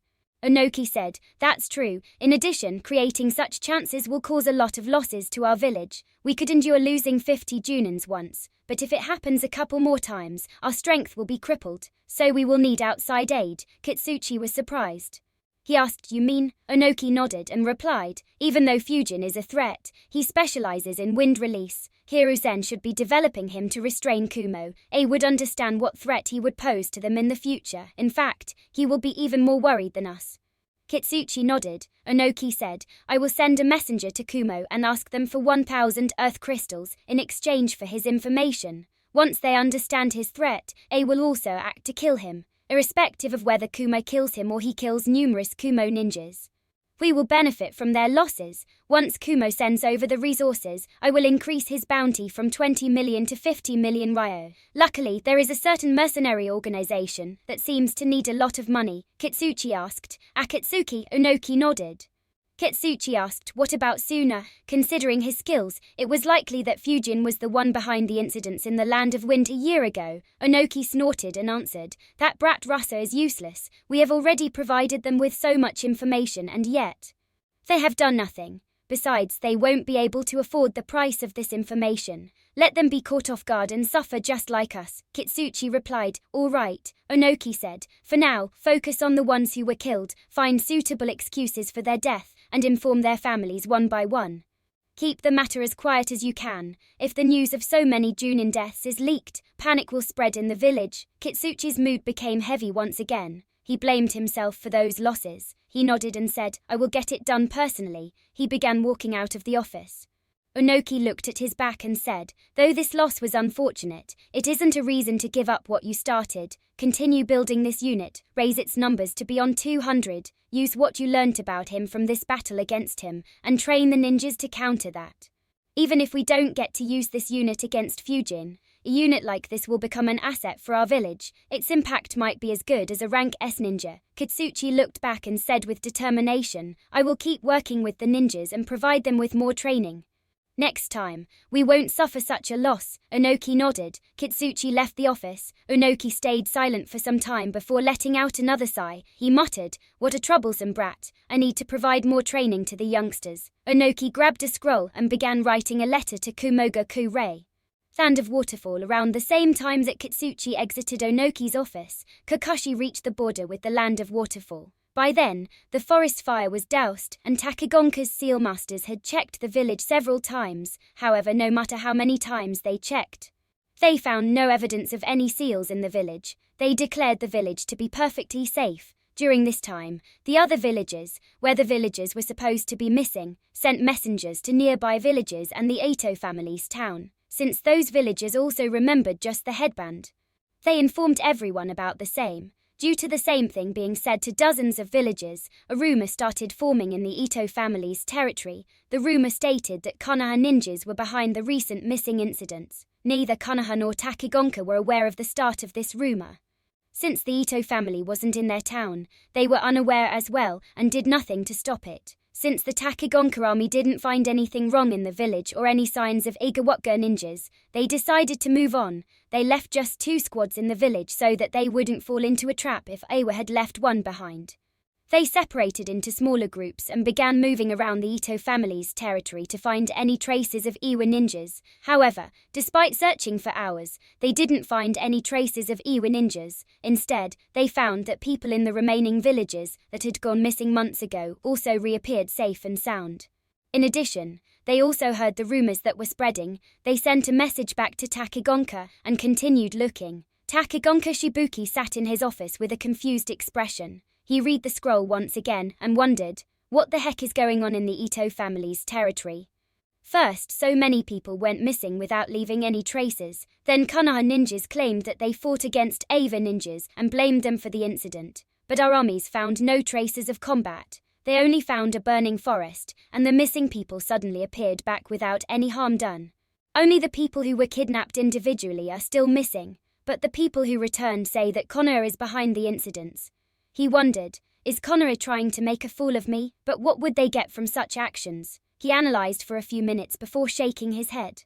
He concluded, no, Konoha doesn't have anything to gain from this. If they wanted something, they could have easily hidden their identities from normal civilians. They won't do such a sloppy job, so Iwa is still the most suspicious one. But why is Iwa doing this?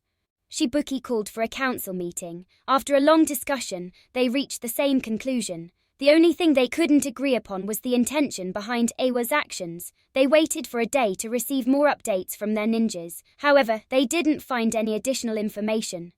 The only thing that happened was that the rumor spread even more and started spreading to nearby territories. Shibuki sent a messenger to Kakashi's camp, informing him about the situation. By the time the messenger reached, Rinjuro and Eagle had already reached and joined up with Kakashi's 250 ninjas. Taking the total number to over 750, Kakashi, Rinjuro and Eagle sat in the commander's camp with confused and peculiar expressions on their faces. All three were trying to make sense of the situation. Chapter 352 Hurricane Fist. Kakashi asked, what is Igawaka planning? Rinjuro said, it's tough to say. They might still be hiding considering that they have a grandmaster in full ninjutsu. But if they wanted to attack, they could have already taken out a good number of Taki's forces without taking much damage, unlike the two of them. Eagle, who frequently dealt with things in the shadows, could see a few clues. He said, it looks like they want to change the public perception. Rinjuro and Kakashi immediately understood. They thought for a bit. Rinjuro said, I see, the important part isn't what the people in the villages saw and instead the rumor they started. Once the rumor spreads, the common people in the land of Waterfall will hate us or be fearful of us. Kakashi added, not just the land of Waterfall, the people in the surrounding countries will also be alert. They will develop some vigilance towards us. Rinjuro nodded and said, true, but it will only spread to the common people. The military leaders will be able to see the truth at first glance. Takigonka will be forced to ally more deeply with Konoha. That's the most important matter, Kakashi argued, but if we leave this matter unchecked, it could develop into a big problem, especially if the next generation of nobles and ninjas grew up hearing this rumor. However, Rinjuro shook his head and said, that will take over 10 years to happen. We can change the public perception 100 times during this time. Eagle nodded in agreement. He could see that he would have to assign numerous Ambu missions in the land of Waterfall to clear their image. He said, it looks like Iwa has accepted their defeat in this matter. These rumors are like a consolation win for them. Rinjuro nodded. Kakashi sighed and thought, another big troop movement without any fight. He asked, so, do we stay or leave? Rinjuro replied, it's better to stay for some time to dissuade Ayla from getting adventurous. Besides, Taki would want us to wait here as well.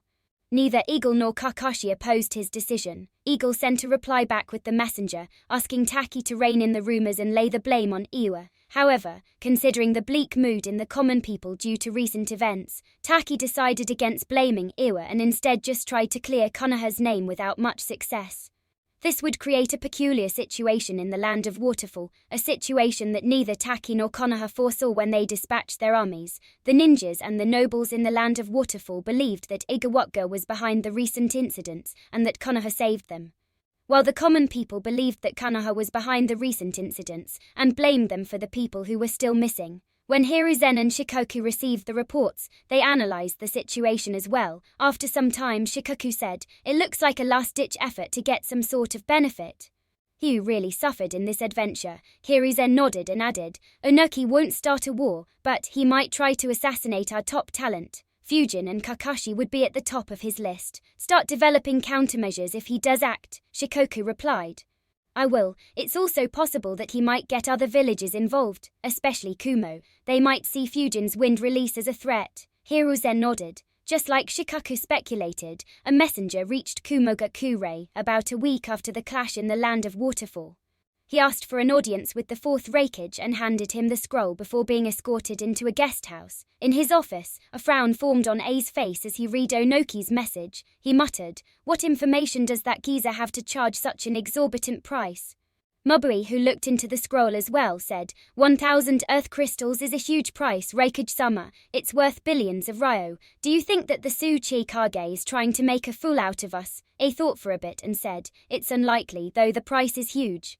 It's not enough to completely give up his credibility, and from his warnings, it's likely that isn't the information that is costly, rather, the cost that we may have to bear if we don't know about this. Mobui thought for a bit and agreed, though 1,000 earth crystals was a high price. It wasn't enough to give up Akaji's credibility, A said. Range for the crystals and hand it to the messenger. Mabui nodded and left the office. Despite many schemes being devised against him, Fujin was clueless about these developments, however, ever since his clash with Kitsuchi. Fujin was aware that it was only a matter of time before his information was leaked, so he didn't dare to slack off. Fujin's breathing was rough, he looked exhausted, and both his fists were visibly bruised. Round him were several broken trees and numerous rocks with cracks on their surface. He sighed and muttered, "I'm low on chakra once again." He took a few deep breaths, a smile slowly appeared on his face, he clenched his right fist and pulled it back while he thought. But it's worth it. Winds appeared around his right fist and forearm.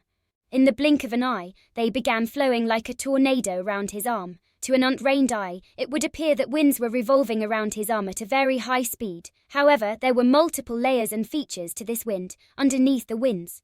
His fist and arm were covered with concentrated chakra. The concentration was more on his fist, with a very thin layer on the rest of his arm. If Fujin punched anyone who didn't use a good defensive jutsu or didn't have an insane physique, it was sufficient to kill that person. In addition, the chakra wasn't static. Instead, it moved in the opposite direction of the wind that was revolving around Fujin's arm. Due to this, in addition to its offensive nature, it also protected Fujin from his own technique. Fujin was inspired by the thin film of chakra that he used to isolate vacuum cores while using vacuum jutsus while creating this. In the past few days, Fujin had managed to ensure that no winds hit his arm. However, he decided to do this in order to ensure that he wouldn't be injured in case he ever made a mistake, if he ended up making a mistake in the heat of battle and got distracted by the pain. That split-second distraction could put him at a disadvantage, or in the worst case, cost him his life. The winds themselves were extremely sharp. They could easily tear apart a person, leaving only his skeleton behind. Fujin flickered and appeared in front of a small hill he had raised earlier using earth release. He punched it with his full might. The chakra-enhanced punch immediately created a giant crater on the side of the hill. Several giant cracks spread throughout the hill. At the very next moment, the winds around Fujin's arm hit the damaged hill. Some winds bombarded the parts that were still undamaged, creating hundreds of deep scars in the hill. Some wind moved into the cracks that were created by the punch and began damaging the hill from inside. Fujin immediately jumped back. The part of the hill where he had punched crumbled and fell on the ground, releasing a lot of dust. Fujin looked at the damage with a smile and thought, "A great, Iron Skin Jutsu won't be able to block this attack. The chakra-enhanced punch is sufficient to create cracks in Iron Skin Jutsu used even by a top-level ninja like Kitsuchi, when followed up by sharp winds that invade into the cracks. The attack would end up ripping the person from inside." Fujin had a thoughtful expression. He analyzed, "Actually, I can make this technique several times more lethal. No, I can make it so lethal that no one would dare to fight me with taijutsu. Perhaps only the last 2 gates of Gai. Maybe the 6th as well, might be able to counter me then. It's likely that I could hurt Reikage with it as well. The way to make it so lethal is to add vacuum waves to the winds rotating around my arm. As long as I manage to add it properly, no one would dare fight me in close range." Unfortunately, a wry smile appeared on Fujin's face. The idea he came up with was great. It had the potential to be classified as a rank S jutsu, and the potential to revolutionize taijutsu. But Fujin didn't dare attempt it. He thought, "If I mess up even once, I will directly lose my arm. No amount of chakra or protection from Iron Skin Jutsu would help me avoid that. Though I could use shadow clones to master this, there is always a risk while using a technique like this even if I master it, despite its potential. The benefits from this technique are just not enough to justify the high risk." Fujin shook his head and thought, "Anyways, even without adding vacuum, to develop a new jutsu from scratch in just a week, and such a lethal jutsu at that. These 3 months are going to be fun." Sadly, this was the easier part. I had some inspiration from Kuragan's attack as well as from the way vacuum jutsus were formed. The next part won't be easy. Regardless, this calls for celebration. He began walking towards Ikuraka while thinking, "What should I call this jutsu? Well, it doesn't have to be something very complicated. I'll just call it the Hurricane Fist." Chapter 353 Hirizen Soldier Pills. Fujin celebrated his success in creating a new jutsu within a week by eating an Ikurake until he couldn't eat anymore. He followed it up by taking a long, well-deserved sleep. At dawn, Fujin woke up as usual, freshened up and got ready for another day of training. He thought, "It's been 6 days since the effects of the previous soldier pill ended. My body is rested sufficiently. There shouldn't be any danger in consuming another soldier pill. Let me see how good Hiruzen's pill is. Fujin grabbed the bottle that Hiruzen had handed him and moved to the lowest floor in his basement. He opened the bottle and tossed a pill in his mouth. At the same time, the chakra in his body separated into two parts, one having 80% of his chakra and another having 20s. At the next moment, the entire basement was filled with smoke. 80 shadow clones appeared in the basement, each having 1% of Fujin's chakra. Without any word, every clone began working on the 4-symbol seal. As for Fujin, he left his home and entered the wind training room in the Amber facility. As he began meditating, he thought, I'll skip my physical training when I'm using this chakra pill. While physical training is important, I won't be making any major breakthroughs anytime soon. I can delay it for a bit and use the time to focus on ninjutsu. Anyways, let's see how effective this pill is. Fujin closed his eyes and started his meditation. 2 hours later, Fujin opened his eyes. A look of surprise could be seen on his face. He muttered to himself, this pill is incredible. The pill I was using earlier would have needed 10 hours to bring me back to full chakra. But with this pill, I managed to reach it in just slightly over 2 hours. This pill is nearly 5 times as effective. Such a good pill. I should have asked Hiruzen about this earlier. Once this batch is consumed, I should ask him to procure more for me as well. These are too good. Anyway, it looks like I can train at full strength for at least 80-90 hours in the next 5 days. With his chakra back to full, Fujin immediately left the training facility and returned to training ground 23. He decided, it's time to work on wind vacuum technique. I will first start by creating vacuum jutsus that don't have to be shot from my mouth. Once I have a sufficient number of them, I will start creating a vacuum jutsu that can affect a large area. The first part will also have to be divided into multiple phases. The first phase will involve deciding on a structure of the jutsu and creating it. This should be relatively easier. The second phase will involve increasing the number of jutsus I can use at the same time, as well as using the jutsu in creative ways to catch enemies off guard. And the last phase will involve granting speed to these jutsus. As long as I can reach the same speed as Vacuum Bullet, then this fighting style will become very difficult to counter. Anyway, enough planning. Time to convert my ideas into a reality. Fujin extended his right arm forward and pointed his finger at a tree. Slowly, a vacuum core shaped like a bullet began forming in front of his finger. As soon as the vacuum core was formed, it was covered by a multi-layered chakra film and engulfed by winds. Fujin fired the bullet at a rock. However, mid-route, the bullet collapsed and dispersed into the air. Fujin analyzed. Though the concept is similar, I am not used to creating vacuum bullet outside my mouth. Still, I should be able to learn this quickly. The difficult part will be traveling speed. It was too slow. Fujin began practicing creating and firing a vacuum bullet with his finger. After a few tries, he managed to make a proper bullet which pierced through the rock. He continued the training as he couldn't do it with 100% accuracy. A few hours later, Fujin stood at the same spot in the training ground. 3 shadow clones stood around him, facing in different directions. Each one was facing a different rock. Each rock had hundreds of small holes in them. At the same time, they pointed at the rocks. Vacuum bullets began forming in front of their fingers at a quick speed. 1 second later, they fired the bullets at the rocks. The vacuum bullets pierced through the rocks and traveled for over 100 meters, piercing several trees in their paths. Fujin dispelled his clones and got their experiences. He thought, good, I can now use it without any mistakes all the time. Though the time needed to create it is still high. It should come down as I practice it more. I will begin creating multiple bullets at the same time. Fujin extended his right hand forward once again, this time extending all 5 fingers. 5 vacuum cores began forming simultaneously, one in front of each finger.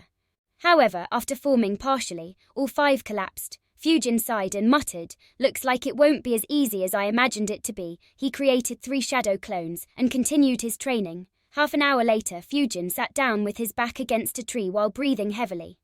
He had already dispelled his clones. After catching his breath, a bitter smile appeared on his face. He thought, creating 5 vacuum bullets at the same time increased my chakra expenditure by 5 times as well. Using shadow clones here isn't very helpful, since his chakra was very low. Fujin returned to the Ambu training facility to meditate for a couple of hours until his chakra recovered. For the next 4 days, Fujin followed this training plan. He would practice creating vacuum bullets with his hands until he ran out of chakra. Once out of chakra, He would go back to Wind training rooms and meditate for a couple of hours until the soldier pill did its job. In addition, once every 8 hours, Fujin would dispel the shadow clones who were learning the 4-symbol seal and create new ones, for the first time in his life.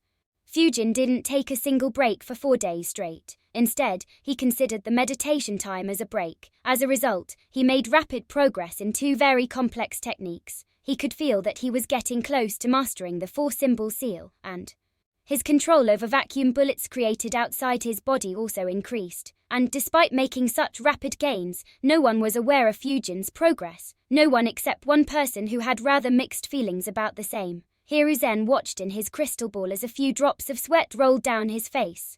He swallowed his saliva and wondered, does he have to return to meditate there every time he runs out of chakra? Those wind crystals shouldn't even have any more effect on him. It's a complete waste for him to keep using so many of them. In fact, I think he has already consumed more wind crystals than I consumed fire crystals. As the successor of the mighty Sarutari clan and Tobirama's student, Hiruzen received abundant help from his clan and the village, so he used a lot of elemental crystals, but once the effect of the crystal began reducing, he was made to stop. After all, the Sarutari clan as well as Konoha had a lot of other ninjas to nurture. Hiruzen understood it and never used an elemental crystal after its effect decreased under a certain level. However, Fujin didn't think about such matters, unlike a young Hiruzen. Fujin couldn't care less about whether others received wind crystals or not. He just focused on becoming strong himself. Unfortunately, Hiruzen couldn't complain to anyone. He couldn't even ask Fujin to stop using them, or use them within limits, after all. Ever since the day Fujin stepped into the academy, he had bombarded him with the will of fire. Though Fujin was quite mature for his age, Hiruzen wasn't sure how Fujin would take the news of him not being allowed to use any more wind crystals. Hiruzen thought, considering his greedy nature, he will question my will of fire if I ask him to limit its usage. A bitter smile appeared on Hiruzen's face as he sighed. He muttered, now I see why he agreed for 3 months without any argument. I messed up. I should have said 1 month and settled for 1.5 or 2 months vacation. Fujin was blissfully unaware of Hiruzen's sorrow. Of course, even if he knew, he would just grin and continue doing the same. Once his chakra reserves recovered, Fujin returned to the training ground. He extended both his arms forward and stretched his fingers.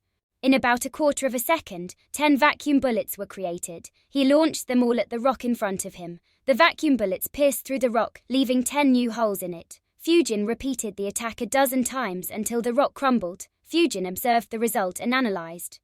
All right, I can use this attack without any mistakes. The basic form of this jutsu can be considered as mastered, though I still need a few improvements. Shota 354 3 improvements, Fujin analyzed. The first improvement is increasing the amount of bullets I can fire.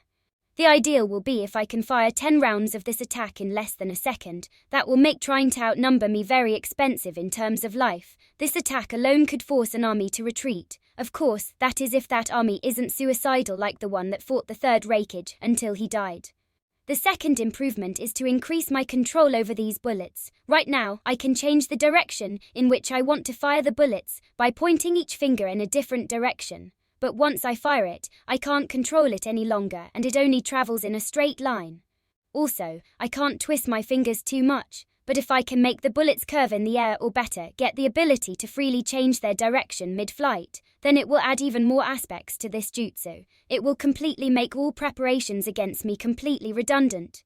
And the last and the most critical improvement needed is speed. Though the speed of these bullets is higher than my vacuum sphere, it is much slower as compared to the vacuum bullets I shoot from my mouth. In fact, it is even slower than the air bullet jutsu.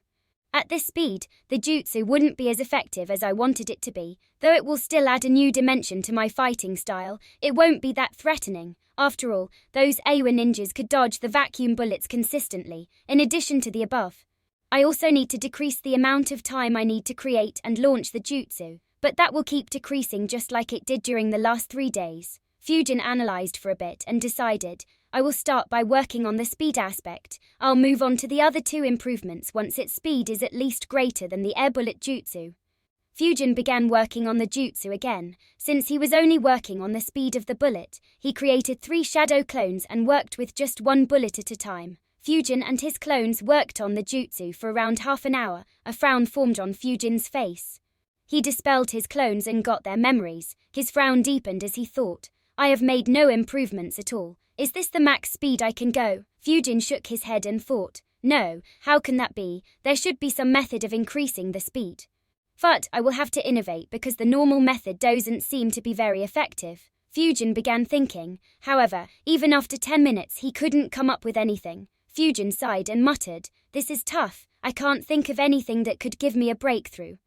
When I shoot the vacuum bullets or air bullets from my mouth, I am able to give an additional push to it due to the wind chakra I gather in my mouth and throat and use it to blow the bullets. But doing so with hands is difficult. For some reason, when I try to infuse wind chakra from my finger in the same way, the result is very subpar. I need a better way. Should I ask Hiruzen for help? Fujin thought for a few seconds before shaking his head. He thought, I'm sure Hiruzen would have some methods to resolve this. Even if he doesn't, he could apply the concept behind Tobirama's high-speed water jutsus to wind jutsus and teach me.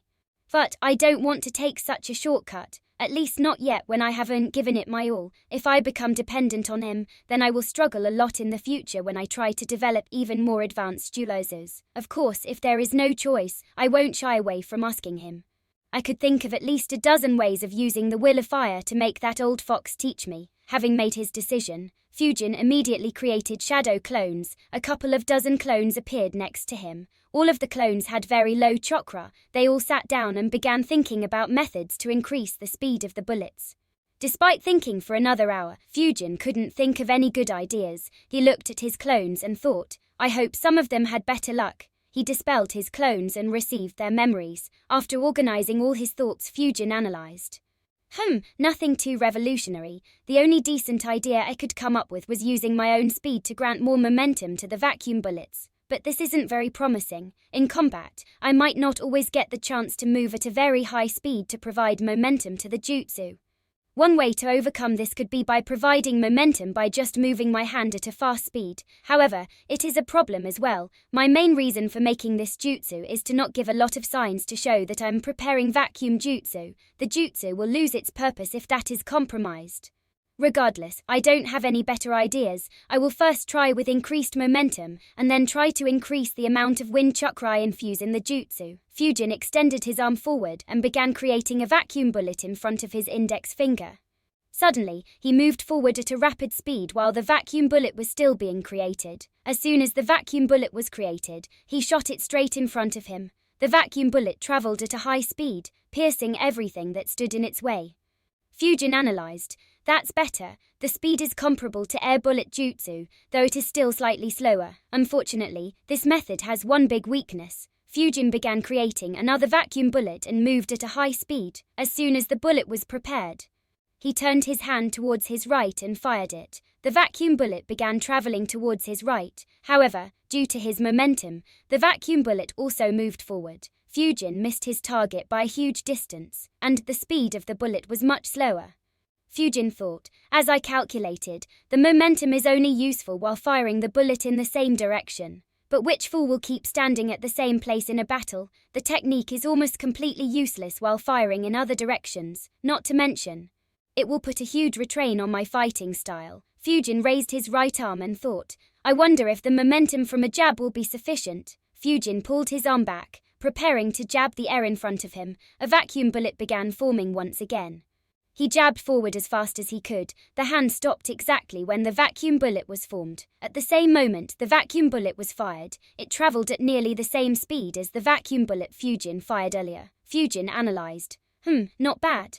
It's faster than I expected. This is more usable in battle. Though it still gives a little clue due to my arm movement. It's probably better than puff cheeks. Unfortunately, the speed is still slower than air bullets. There is no point in comparing it to the vacuum bullets I shoot from my mouth. How can I increase it further? Fujin analyzed for a minute and concluded, I guess I could move at a fast speed while jabbing forward. The two boost shouts stack up and increase the speed to at least beyond the air bullet. But it still has the same weakness. I should instead focus on making my jab faster. Fujin suddenly had an idea. He thought, the assassin's rush jutsu works by expelling a large amount of wind behind me at a high speed. What if I create a smaller localized version of this jutsu? I could expel the winds just behind my elbow and move my arm forward at a high speed using the assassin's rush.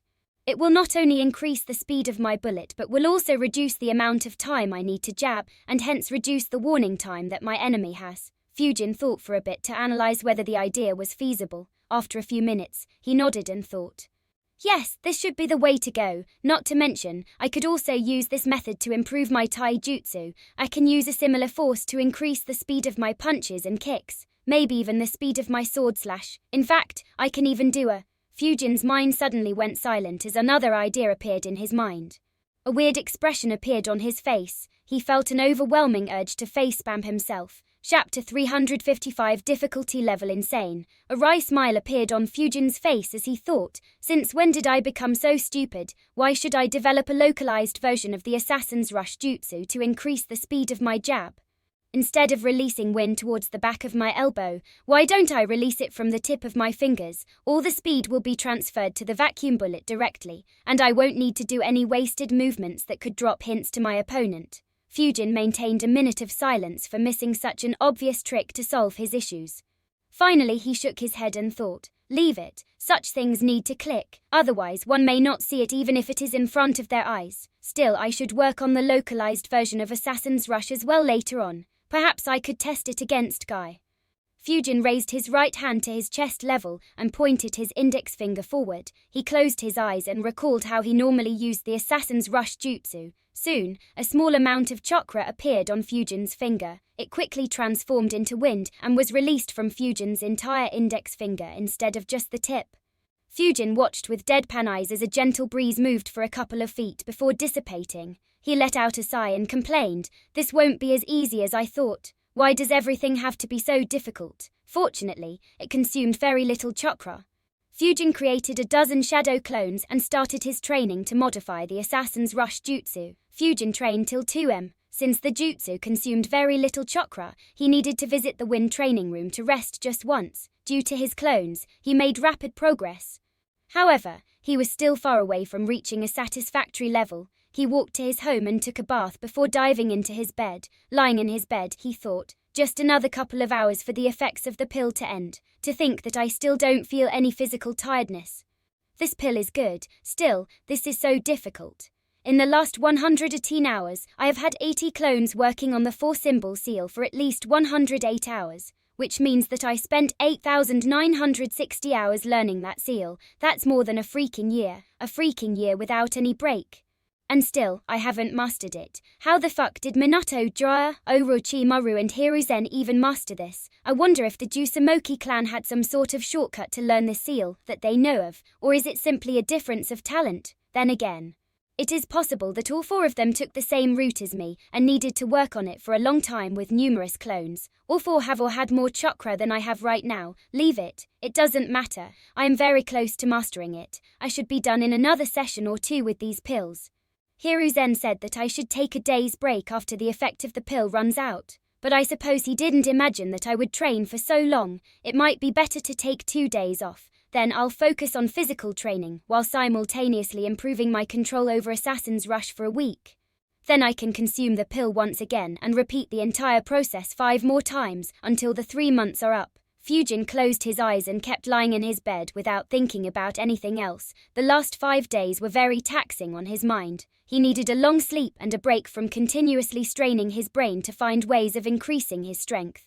At dawn, the effects of the chakra pill ended and Fujin fell into a deep sleep. While Fujin slept peacefully, a ninja entered Igawatga. He moved stealthily and entered into the Tsuchi Kage's building without attracting much attention. The messenger, who Onoki had sent to Kumo, returned and silently entered the Tsuchi Kage's office. Onoki saw him and said, "Everyone leave immediately." Everyone except the messenger left. Onoki asked, "How did it go?" The messenger said, "It went as you predicted, Tsuchi Kage-sama.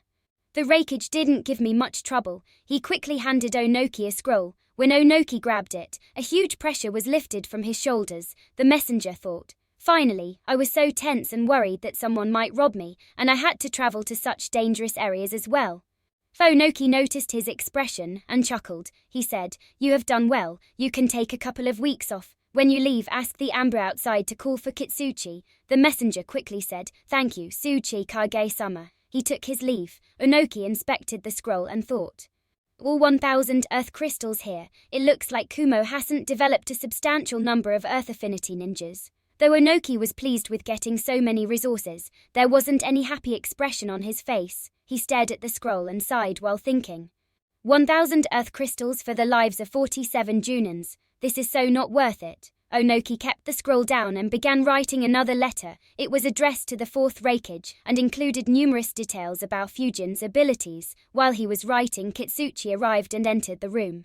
He noticed the scroll on the desk and asked, "Kumo paid the price?" Onoki nodded. He finished writing on the scroll and tossed it at Kitsuchi. Kitsuchi grabbed the scroll and began reading. His eyes widened. He exclaimed, "This shouldn't we?" Onoki cut him off and said, "None of the information there is a lie. Besides, we just suffered a heavy loss. Why should we ensure that Kumo doesn't lose any ninjas? Let them fight him. No matter which side gets hurt, both results are good for us." Kitsuchi nodded. Onoki instructed, "Send this scroll with a messenger bird.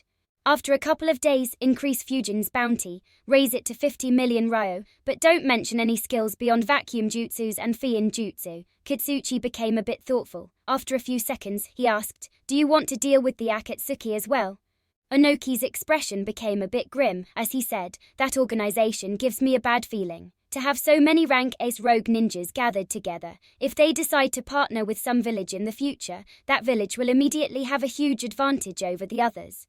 If they want to, they could take over a minor village and turn it into a major one. An organization that is so strong and with no mentioned goals can pose a lot of danger. Though I doubt Fujin would be able to kill their members, it'd be great if Hiruzen tasked his students to hunt them down." Kitsuchi nodded. He realized, no matter whether Kumogakure takes action or whether Akatsuki does, irrespective of their success or failure, Awa will get a lot of advantage. Say, the old man is worthy of his title. Kitsuchi immediately got to work.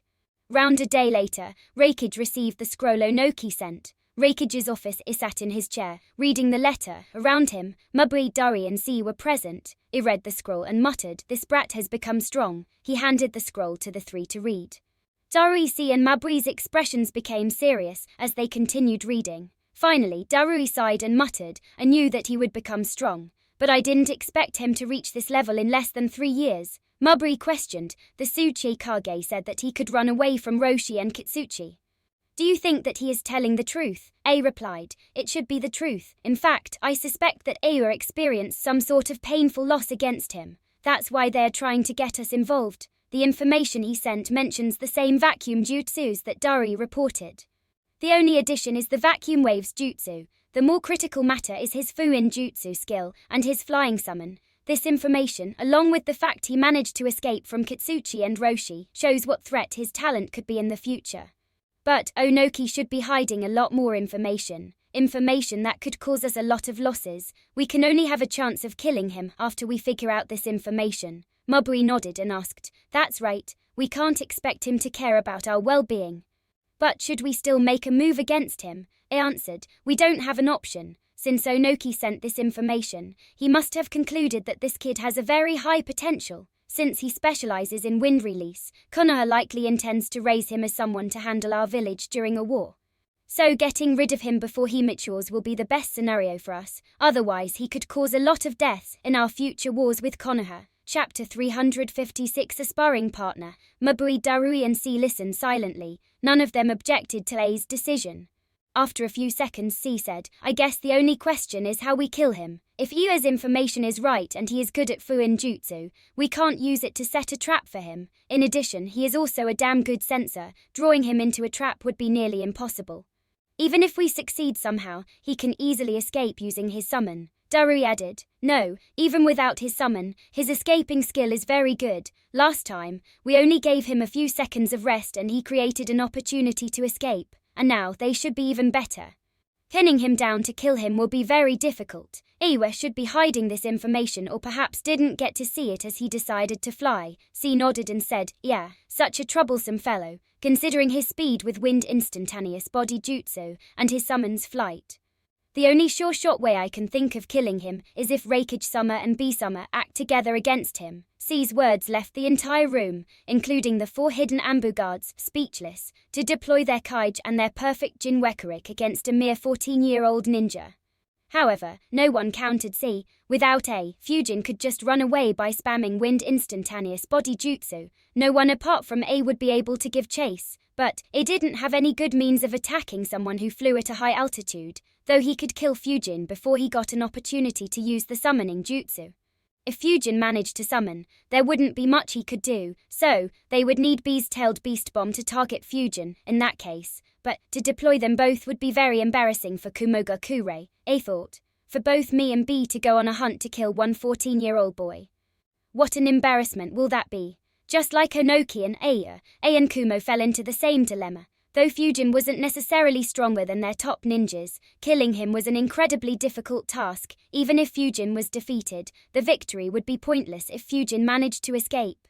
Due to his young age, he would steadily grow stronger and eventually become a headache for them. Mabri said, that wouldn't be wise. If we have to deploy our leader and our Jinwekuric against him, we will become a joke in the ninja world. Not to mention, their movements will attract a lot of attention. And Konoha could retaliate by sending their Sanins after our talents as well. A replied, I don't mind being laughed at. Killing him now will save a lot of lives in the future. But you are right, I can't move around rashly. Once I move, I will have to guarantee his death.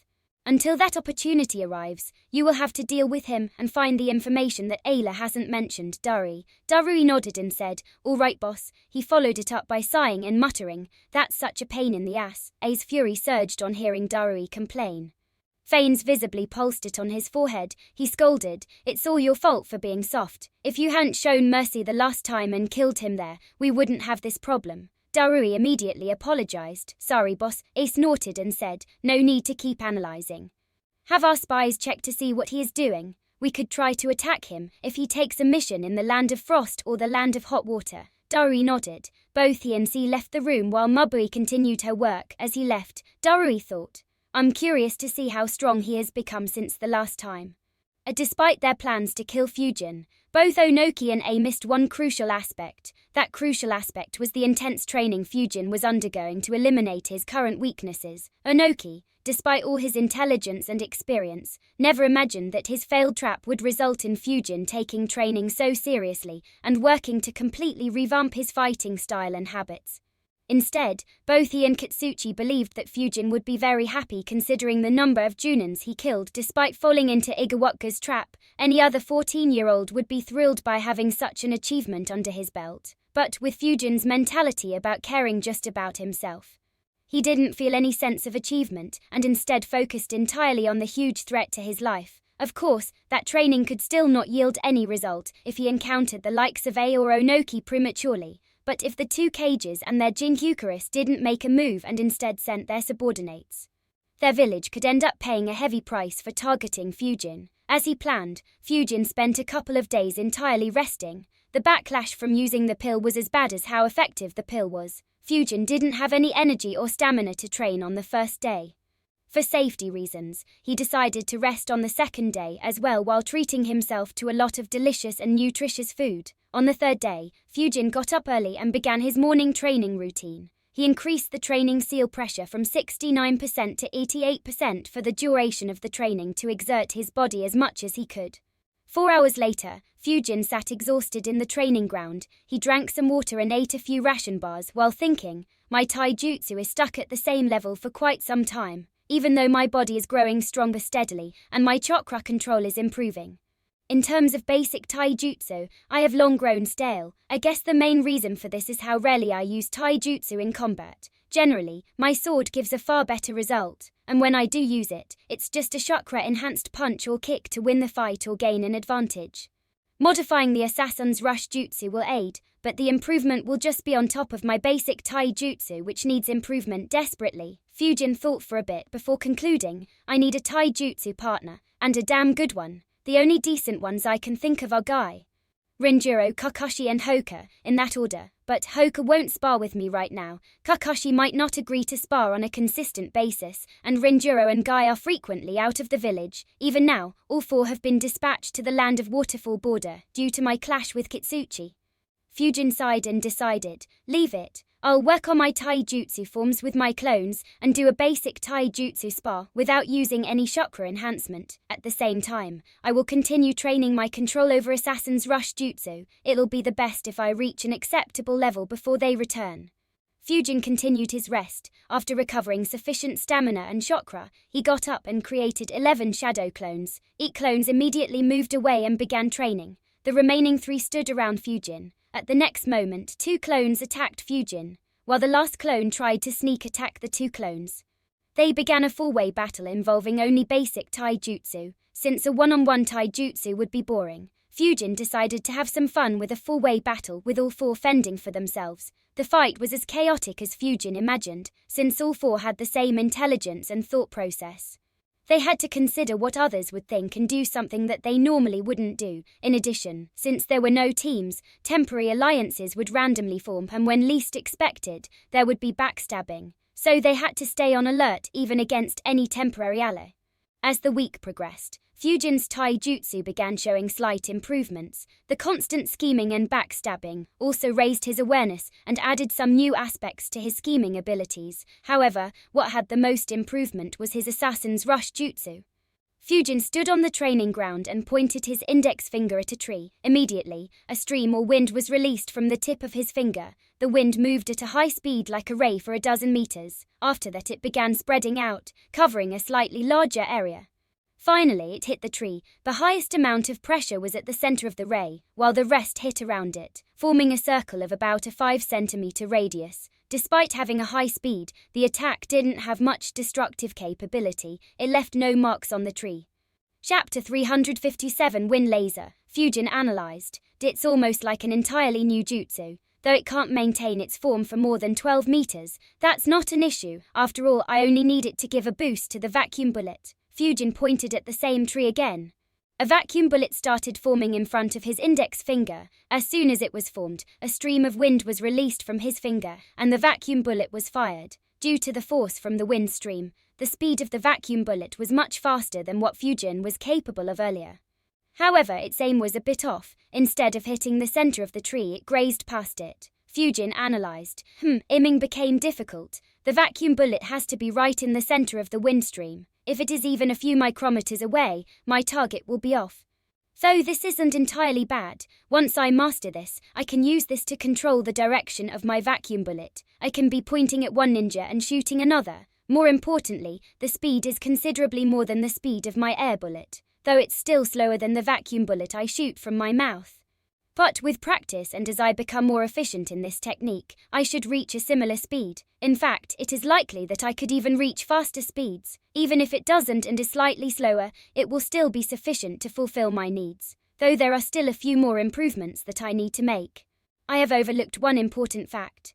Fujin fell into a thought. He deeply analyzed and concluded, though I have modified the Assassin's Rush Jutsu to create this, it is more like a completely different jutsu. While I am only concerned about the boost it provides, it also has the potential to become a jutsu on its own. Fujin pointed at another tree. This time, instead of releasing the wind stream instantly, Fujin concentrated a large amount of wind chakra on his index finger. Once the chakra reached the required level, Fujin released a highly concentrated beam of wind from the tip of his index finger. This time, the beam maintained its form and traveled like a laser until it hit the tree. On impact, it immediately created a tiny 1-centimeter hole in the tree. However, since Fujin was continuously releasing the stream, the hole was bombarded even more by the attack. Its depth continued to increase. In addition, the sharp winds also increased the size of the hole by hitting and eroding its walls. After around 15 seconds, Fujin couldn't continue super off the attack and finally stopped.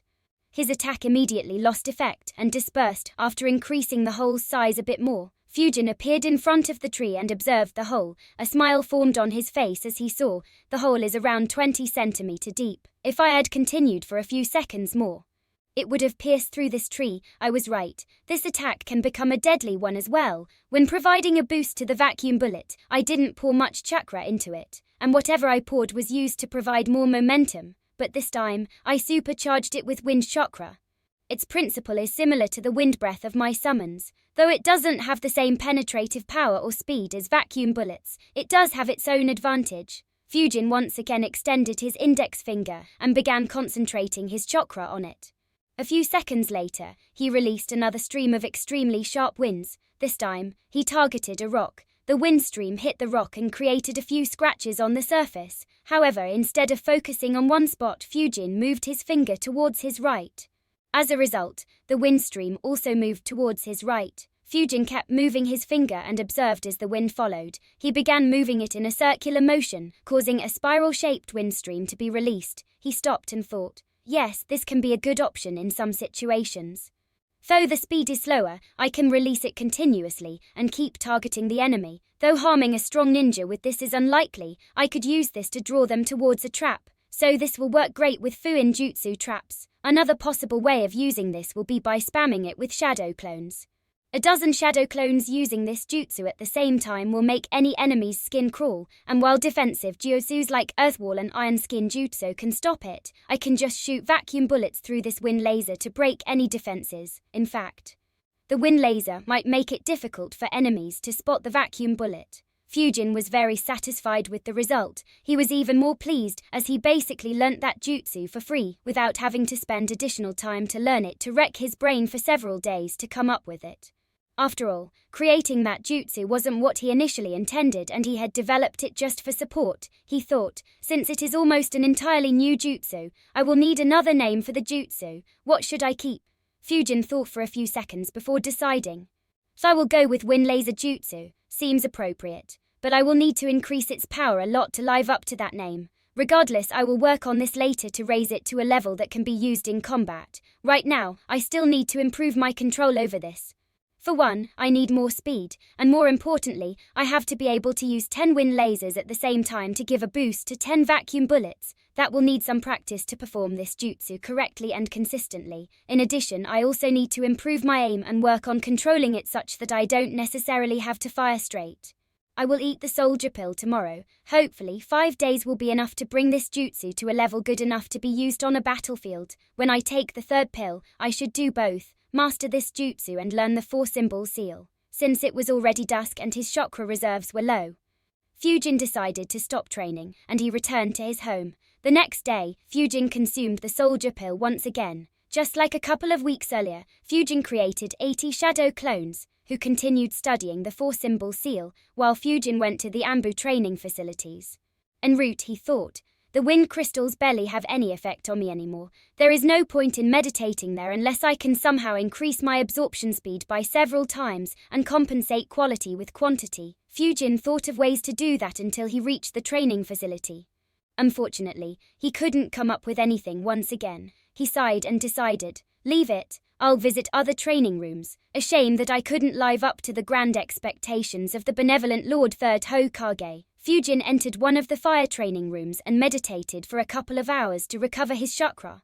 After recovering his chakra, Fujin returned to the training ground. Fujin decided to focus on 2 things. The first was shooting vacuum bullets from his finger and propelling them forward using the wind laser jutsu. The second was shooting 10 wind lasers simultaneously from the tip of his fingers. Of course, in both aspects, the wind laser wasn't the supercharged one that could do damage. Instead, it was harmless and just increased the vacuum bullet's speed by providing it additional momentum. Fujin created a dozen clones and alternated his training between those 2 aspects. Unfortunately, the 2 aspects didn't require as little chakra as it did to try and master just one wind laser. Using 10 wind lasers at the same time needed 10 times more chakra, while shooting a vacuum bullet needed more chakra than even the 10 wind lasers. So Fujin needed to take a meditation break several times to recover his chakra. Despite that, the progress was rather quick. After experimenting just for a day, Fujin got a feel of the vacuum bullet combined with the wind laser. He could position the vacuum bullet in the dead center of the laser about 70% of the time he tried. On the next day, the accuracy reached 100. Fujin stopped training this and instead divided the training time into 2 more aspects. The first was the speed aspect. He tried to increase the power of the wind laser so that it would grant more speed to the vacuum bullet. The second aspect was positioning the vacuum bullet just slightly off the center so that Fujin could aim the vacuum bullet in a direction where his finger wasn't pointing. Both were considerably more difficult to achieve as compared to merely placing the vacuum bullet at the center of the laser. Chapter 358 Vacuum Gatling. On the third day, Fujin stood facing 10 human-sized rocks on the training ground. His fingers were pointing at each of the rocks. At the same time, he fired 10 wind lasers from the tip of his fingers. Every laser hit the top of the rock it was aimed at. Fujin stopped the attack and once again pointed his fingers at the 10 rocks. 10 wind lasers were fired once again. However, this time, they didn't hit the rocks at the same time. Instead, the fastest reached in around 0.25 seconds while the slowest hit the rock in 1 second. The rest wind lasers hit at some moment in between those ranges. Fujin thought, great, I can use 10 wind lasers comfortably now. Not only can I aim accurately, but I can also control the speed. This will allow me to shoot vacuum bullets at varying speeds at the same time. This will make predicting the path of my vacuum bullets and dodging them much more difficult. In this aspect, this new vacuum bullet jutsu will be superior. The attack will be just too difficult to predict. Fujin stopped pointing at the rocks and decided, this is enough training for shooting 10 lasers at the same time. I should move on to working on perfecting the aim with 10 vacuum bullets at the same time. I can already do it with 1 vacuum bullet, so this will just need some practice until I get a hang of the remaining 9 as well. Fujin continued his training. However, shooting 10 vacuum bullets assisted by a wind laser each was very exhaustive on his chakra. In addition, he also had a couple of clones training to increase the speed delivered by the wind laser, and another couple of clones training to position the vacuum bullet at different positions inside the wind laser. So he had to take a meditation break after every hour. While Fujin was training, Hiruzen was reading the reports in his office. His main focus was on the report sent by Renjuro. He analyzed the report and thought, as we analyzed, Onoki doesn't seem to have any intentions of starting a war. I'll ask them to stay there for another couple of weeks. If Iwa doesn't make any move, they can pull back and leave around 100 ninjas on our border to take care of any emergencies. He wrote a message and handed the scroll to an ambo ninja to deliver. He picked up another file and began reading. His eyes widened immediately. He thought, the rate of consumption of the wind crystals reduced. How did that greedy boy finally think about the good of the village, or was the effect too little for him? Hiruzen immediately activated his crystal ball and searched for Fujin in training ground 23. On not finding him there, he turned his attention to the training rooms. After looking for a bit, he found Fujin meditating in the fire training room. A relaxed look appeared on Hiruzen's face. He could feel a lot of pressure being lifted off his shoulders.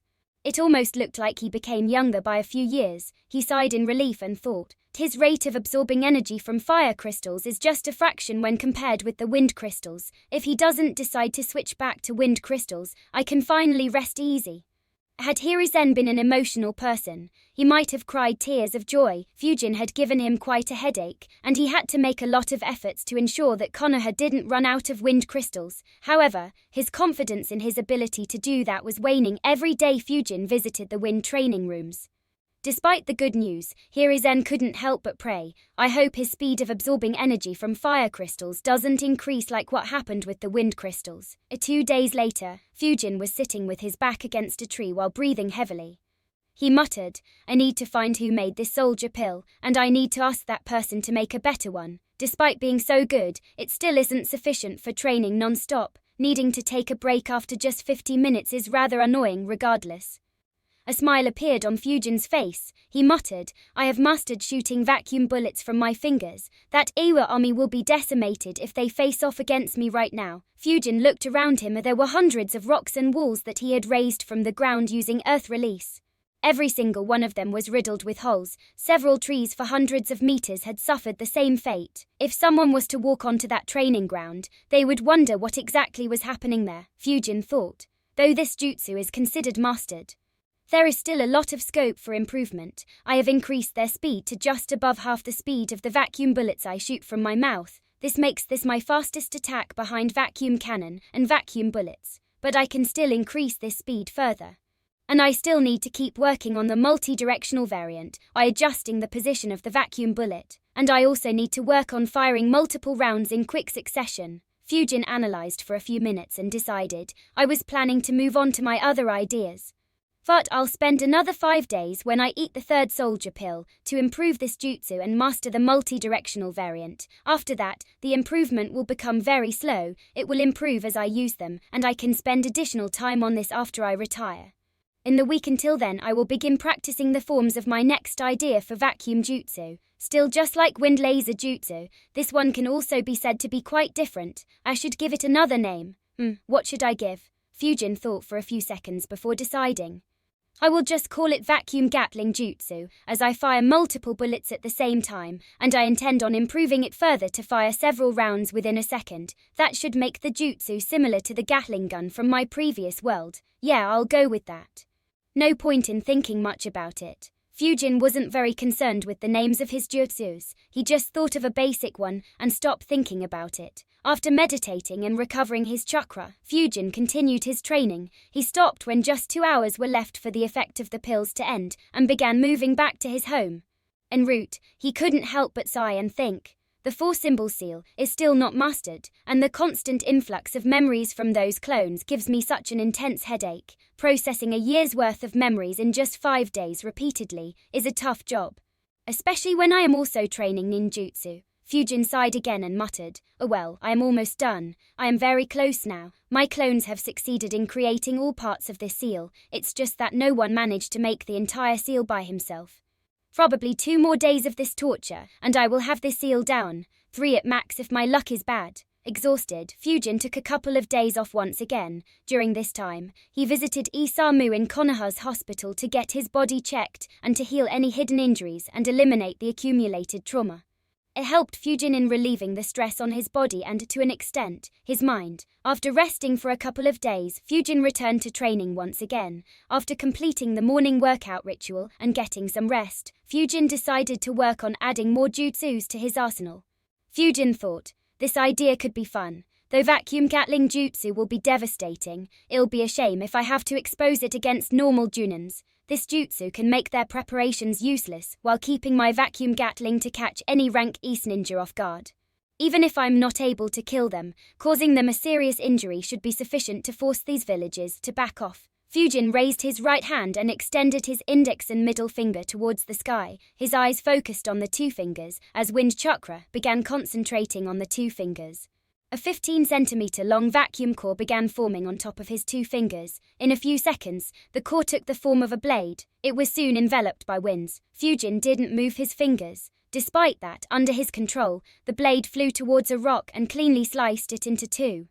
A smile formed on Fujin's face. He muttered to himself, "My compatibility with this jutsu is too good. Just like the Blade of Wind jutsu, I was able to succeed on its vacuum variant on my first try." Chapter 359 Vacuum Blade Vacuum/Hurricane Sword. Though Fujin succeeded in creating the vacuum blade on the first try, the jutsu needed a lot of improvements. Unlike the Blade of Wind jutsu, Fujin concentrated wind chakra on his 2 fingers once again. 5 vacuum blades began forming above his fingers. However, before they could completely form, the vacuum core collapsed. Fujin immediately moved backwards and sighed. He analyzed. Looks like mastering this jutsu won't happen on the first try. Oh well, it should still be done sooner than Hurricane Fist and Vacuum Gatling.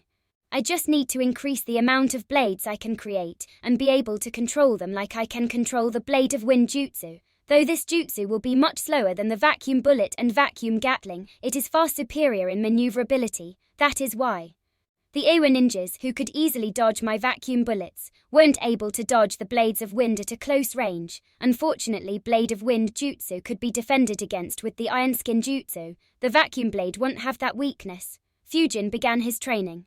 He started by increasing the number of vacuum blades to 2. Within half an hour, he managed to successfully create 2 vacuum blades consistently. By the time the pre-lunch training session was completed and Fujin's chakra reserves started taking a hit, he managed to successfully create the 3rd vacuum blade as well. Since he was low on chakra, Fujin decided to use the post-lunch training session to practice Tai Jutsu with his clones and only continued training the vacuum blade jutsu in the evening. For the next 4 days, Fujin repeated the same training pattern. The only change was that as the number of vacuum blades increased, the rate of his chakra consumption also increased, so his training time for vacuum blade decreased while he focused more on the taijutsu spars. The terrain of Training Ground 23 became even more weird. The rocks that were riddled with holes were now slashed into several pieces. So now, small rocks that had a lot of holes were spread throughout the training ground. Several trees also had similar holes. Luckily for them, Fujin stuck to testing the vacuum blades on the rocks. Fujin ignored the terrain and analyzed. I can already create 7 vacuum blades at the same time and control their directions very well. This should be enough for the time being. Time for the next idea. Fujin slammed his hands on the ground and an earth wall appeared in front of him. Soon after, the seal on Fujin's bracer lit up and a sword appeared in his right hand. Chakra immediately began flowing alongside its edge and was quickly transformed into wind nature. Soon, the wind chakra just in front of the edge of the sword began transforming. An extremely thin vacuum core began forming along the edge of the sword. A few seconds later, Fujin pulled his sword back and swung it, forming an arc in the air. Immediately, a sword slash was released along the arc that the sword created. However, unlike Fujin's previous attempts, this time the front part of the sword slash was a thin arc made of vacuum. The sword slash hit the earth wall in the center and cut it through into 2 pieces. The upper part of the wall was sent flying in the air by a few centimeters. At that moment, it was hit by the winds accompanying the sword slash. The impact of the winds pushed the upper half of the wall backwards, and it collapsed. Fujin analyzed. Good. My normal sword slashes couldn't cut through the walls, but this attack can. I'll call it vacuum slash. If someone uses the earth wall and keeps standing like a fool, he will be cut in 2. Even if they duck or jump to barely avoid the slash, they will be hit by the falling wall. The only way to completely avoid it is by moving backwards and jumping by a safe distance, while using the Iron Skin Jutsu to defend against the accompanying winds or escaping underground instead. But Fujin raised his sword and observed it for a few seconds.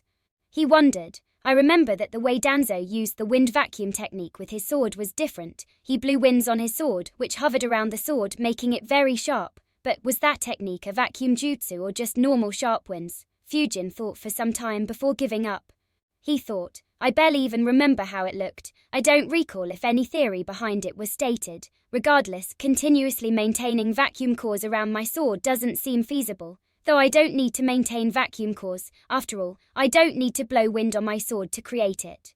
I can just create new vacuum slash cores whenever I need it. And I can use this attack in both close-range combat and long-range combat. In these aspects, my way of using the wind vacuum technique on my sword is superior to his, or at least superior to what I recall Danzo is capable of.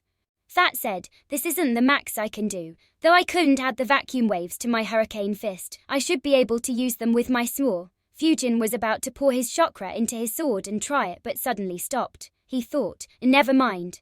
If I mess up, I'll destroy this sword. That'll be a rather expensive price to pay for no reason. Fujin placed his sword back in his seal and opened a scroll that had a few ordinary swords. He grabbed the sword and swung it around a few times to get a hang of it. He nodded and decided, yeah, this should be good enough. In combat, I'll leave this attack to my clones. I'll use it just as a last resort. Fujin sent his chakra flowing into the ordinary sword. Soon it turned into wind and began revolving around the sword at a high speed.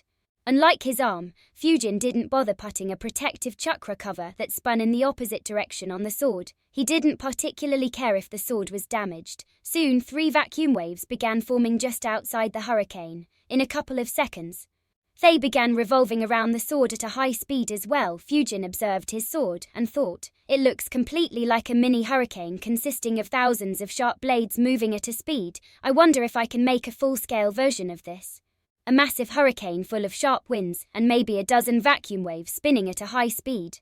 Preferably one big enough to consume an entire village. Fujin's eyes lit up at that idea. However, his excitement doused as he analyzed. Unfortunately, the chakra consumption for such an attack would be too high, and the ninjas who are good with body flicker jutsu or other movement jutsus can easily escape from the attack. They could even hide underground. The only way such an attack will work is if I attack a village having a lot of civilians that the ninjas care about.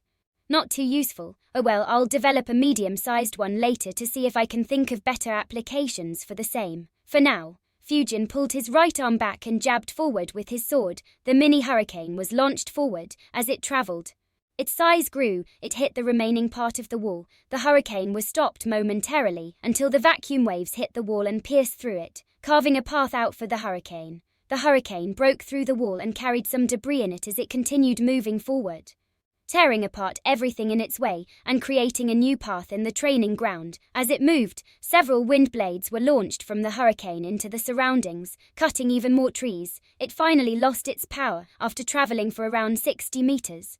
Fujin had a thoughtful expression as he observed his attack. he analyzed. I see, I never thought of this possibility. The normal winds don't have the same penetrative capabilities as vacuum waves, so once they hit a tough obstacle, they get stopped and the vacuum waves move to the front. So anyone facing the attack will just have to dodge those vacuum waves if they are confident in their defense. Still, despite this oversight, this is a great attack. If any ninja were to just dodge the incoming hurricane, they could be cut by the wind blades that randomly get thrown out due to the centrifugal force. This attack can be very devastating when facing an army. A smile formed on Fujin's face as he muttered, anyway, that's the one jutsu nearly mastered and two new learnt today. I'll call this attack the Hurricane Sword. Chapter 360. Finally for Fujin spent the next couple of days practicing Vacuum Slash and Hurricane Sword to get used to them. Normally, getting used to such jutsus would take a lot of time. Fortunately, the jutsus suited Fujin a lot and quickly became his second nature. Fujin quickly got used to performing them as comfortably as their normal versions, because a week passed. Fujin consumed the soldier pill and shifted back to his previous routine, with his focus divided between the vacuum Gatling jutsu and the four-symbol seal. On the evening of the second day, Fujin stood in the training ground. His chakra was low to continue training further. He extended his arms and pointed his fingers at 10 human-sized rocks. In an instant, 10 vacuum bullets were launched. Each hit their target on the mark and traveled a long distance behind them. Approximately 0.23 seconds later, Fujin shot another round of 10 vacuum bullets. They hit their target as well. Approximately 0.76 seconds after shooting the second round, Fujin shot the third round of the vacuum bullets. Fujin nodded and thought, good, this now looks like a Gatling. However, I still need to improve this more. It'll be great if I can fire 5 rounds within 1 second and 10 rounds in around 2.5 to 3 seconds. Only then it'll live up to its name. Fujin extended his index finger once again and pointed at a rock. He fired a vacuum bullet. However, instead of hitting the rock he was pointing to, the bullet hit a hole in the rock adjacent to it. Fujin muttered to himself, this has reached partial mastery as well. I can aim my target around 20 away in any direction from what I'm pointing at. I guess I'll be able to go up to 60 max by the time I'm done try. Fujin suddenly stopped his analysis as he received a memory. Immediately, an elated expression appeared on his face. He screamed in his mind, finally, it feels like I have been working on this for fucking centuries. Had Fujin been as emotional and reactive as someone like Naruto, he might have screamed and jumped for joy. The memory he received was from a shadow clone who dispelled himself. He was the first and the only shadow clone so far to successfully create the 4-symbol seal. Fujin decided, I will meditate later. Time to visit my basement, since this clone passed on his memories. The other clones should be getting it done soon as well. Fujin immediately flickered towards his home. In his basement, 79 shadow clones were sitting, each and every last one of them in deep thought. Just like the clone who dispelled himself, the remaining 79 clones were very close as well. It was just that they were stuck at some level or the other. After receiving his memories, they compared their results with those memories and immediately had a breakthrough. By the time Fujin reached his home, they continued working on their seals. Fujin observed his clones sitting while making seals. He thought, no point in disturbing them. I'll take this opportunity to get a third person's perspective. Fujin sat on one side of the room and observed his clones closely. Within 15 minutes, a second clone managed to complete the seal as soon as he did. He dispelled himself as well. The remaining clones received his memories as well and increased their speed of creating the seal. Fujin observed, using shadow clones for learning is crazy good. Normally, even after learning a seal, I will have to practice several times to be more comfortable with it. But with clones, when one succeeds, they dispel themselves. Due to this, the knowledge is transferred to the remaining clones. This has 2 advantages. The more obvious one is that every clone learns the same method, and the hidden and the more fearsome one is that every clone can think of methods to improve the seal. So by the time the last clone successfully manages to create the seal, I will have improved the seal slightly 79 times, but that will still not be enough. The current time needed to create the seal is too high. The first clone who succeeded was at it for 5 hours straight. The second clone had started working on it 6 hours 8 minutes before he succeeded. Even if I create a more optimized version, I will need at least an hour to create a 4-symbol seal. But I remember that the likes of Minato, Orochimaru and Jiraiya were very quick with the seals. Fujin thought for a while as his clones kept completing the seals one by one. A few minutes later, Fujin shook his head and concluded, I can't think of any way to decrease the creation time of this seal to a few seconds. The only way will be if I create the seal beforehand and use it in battle.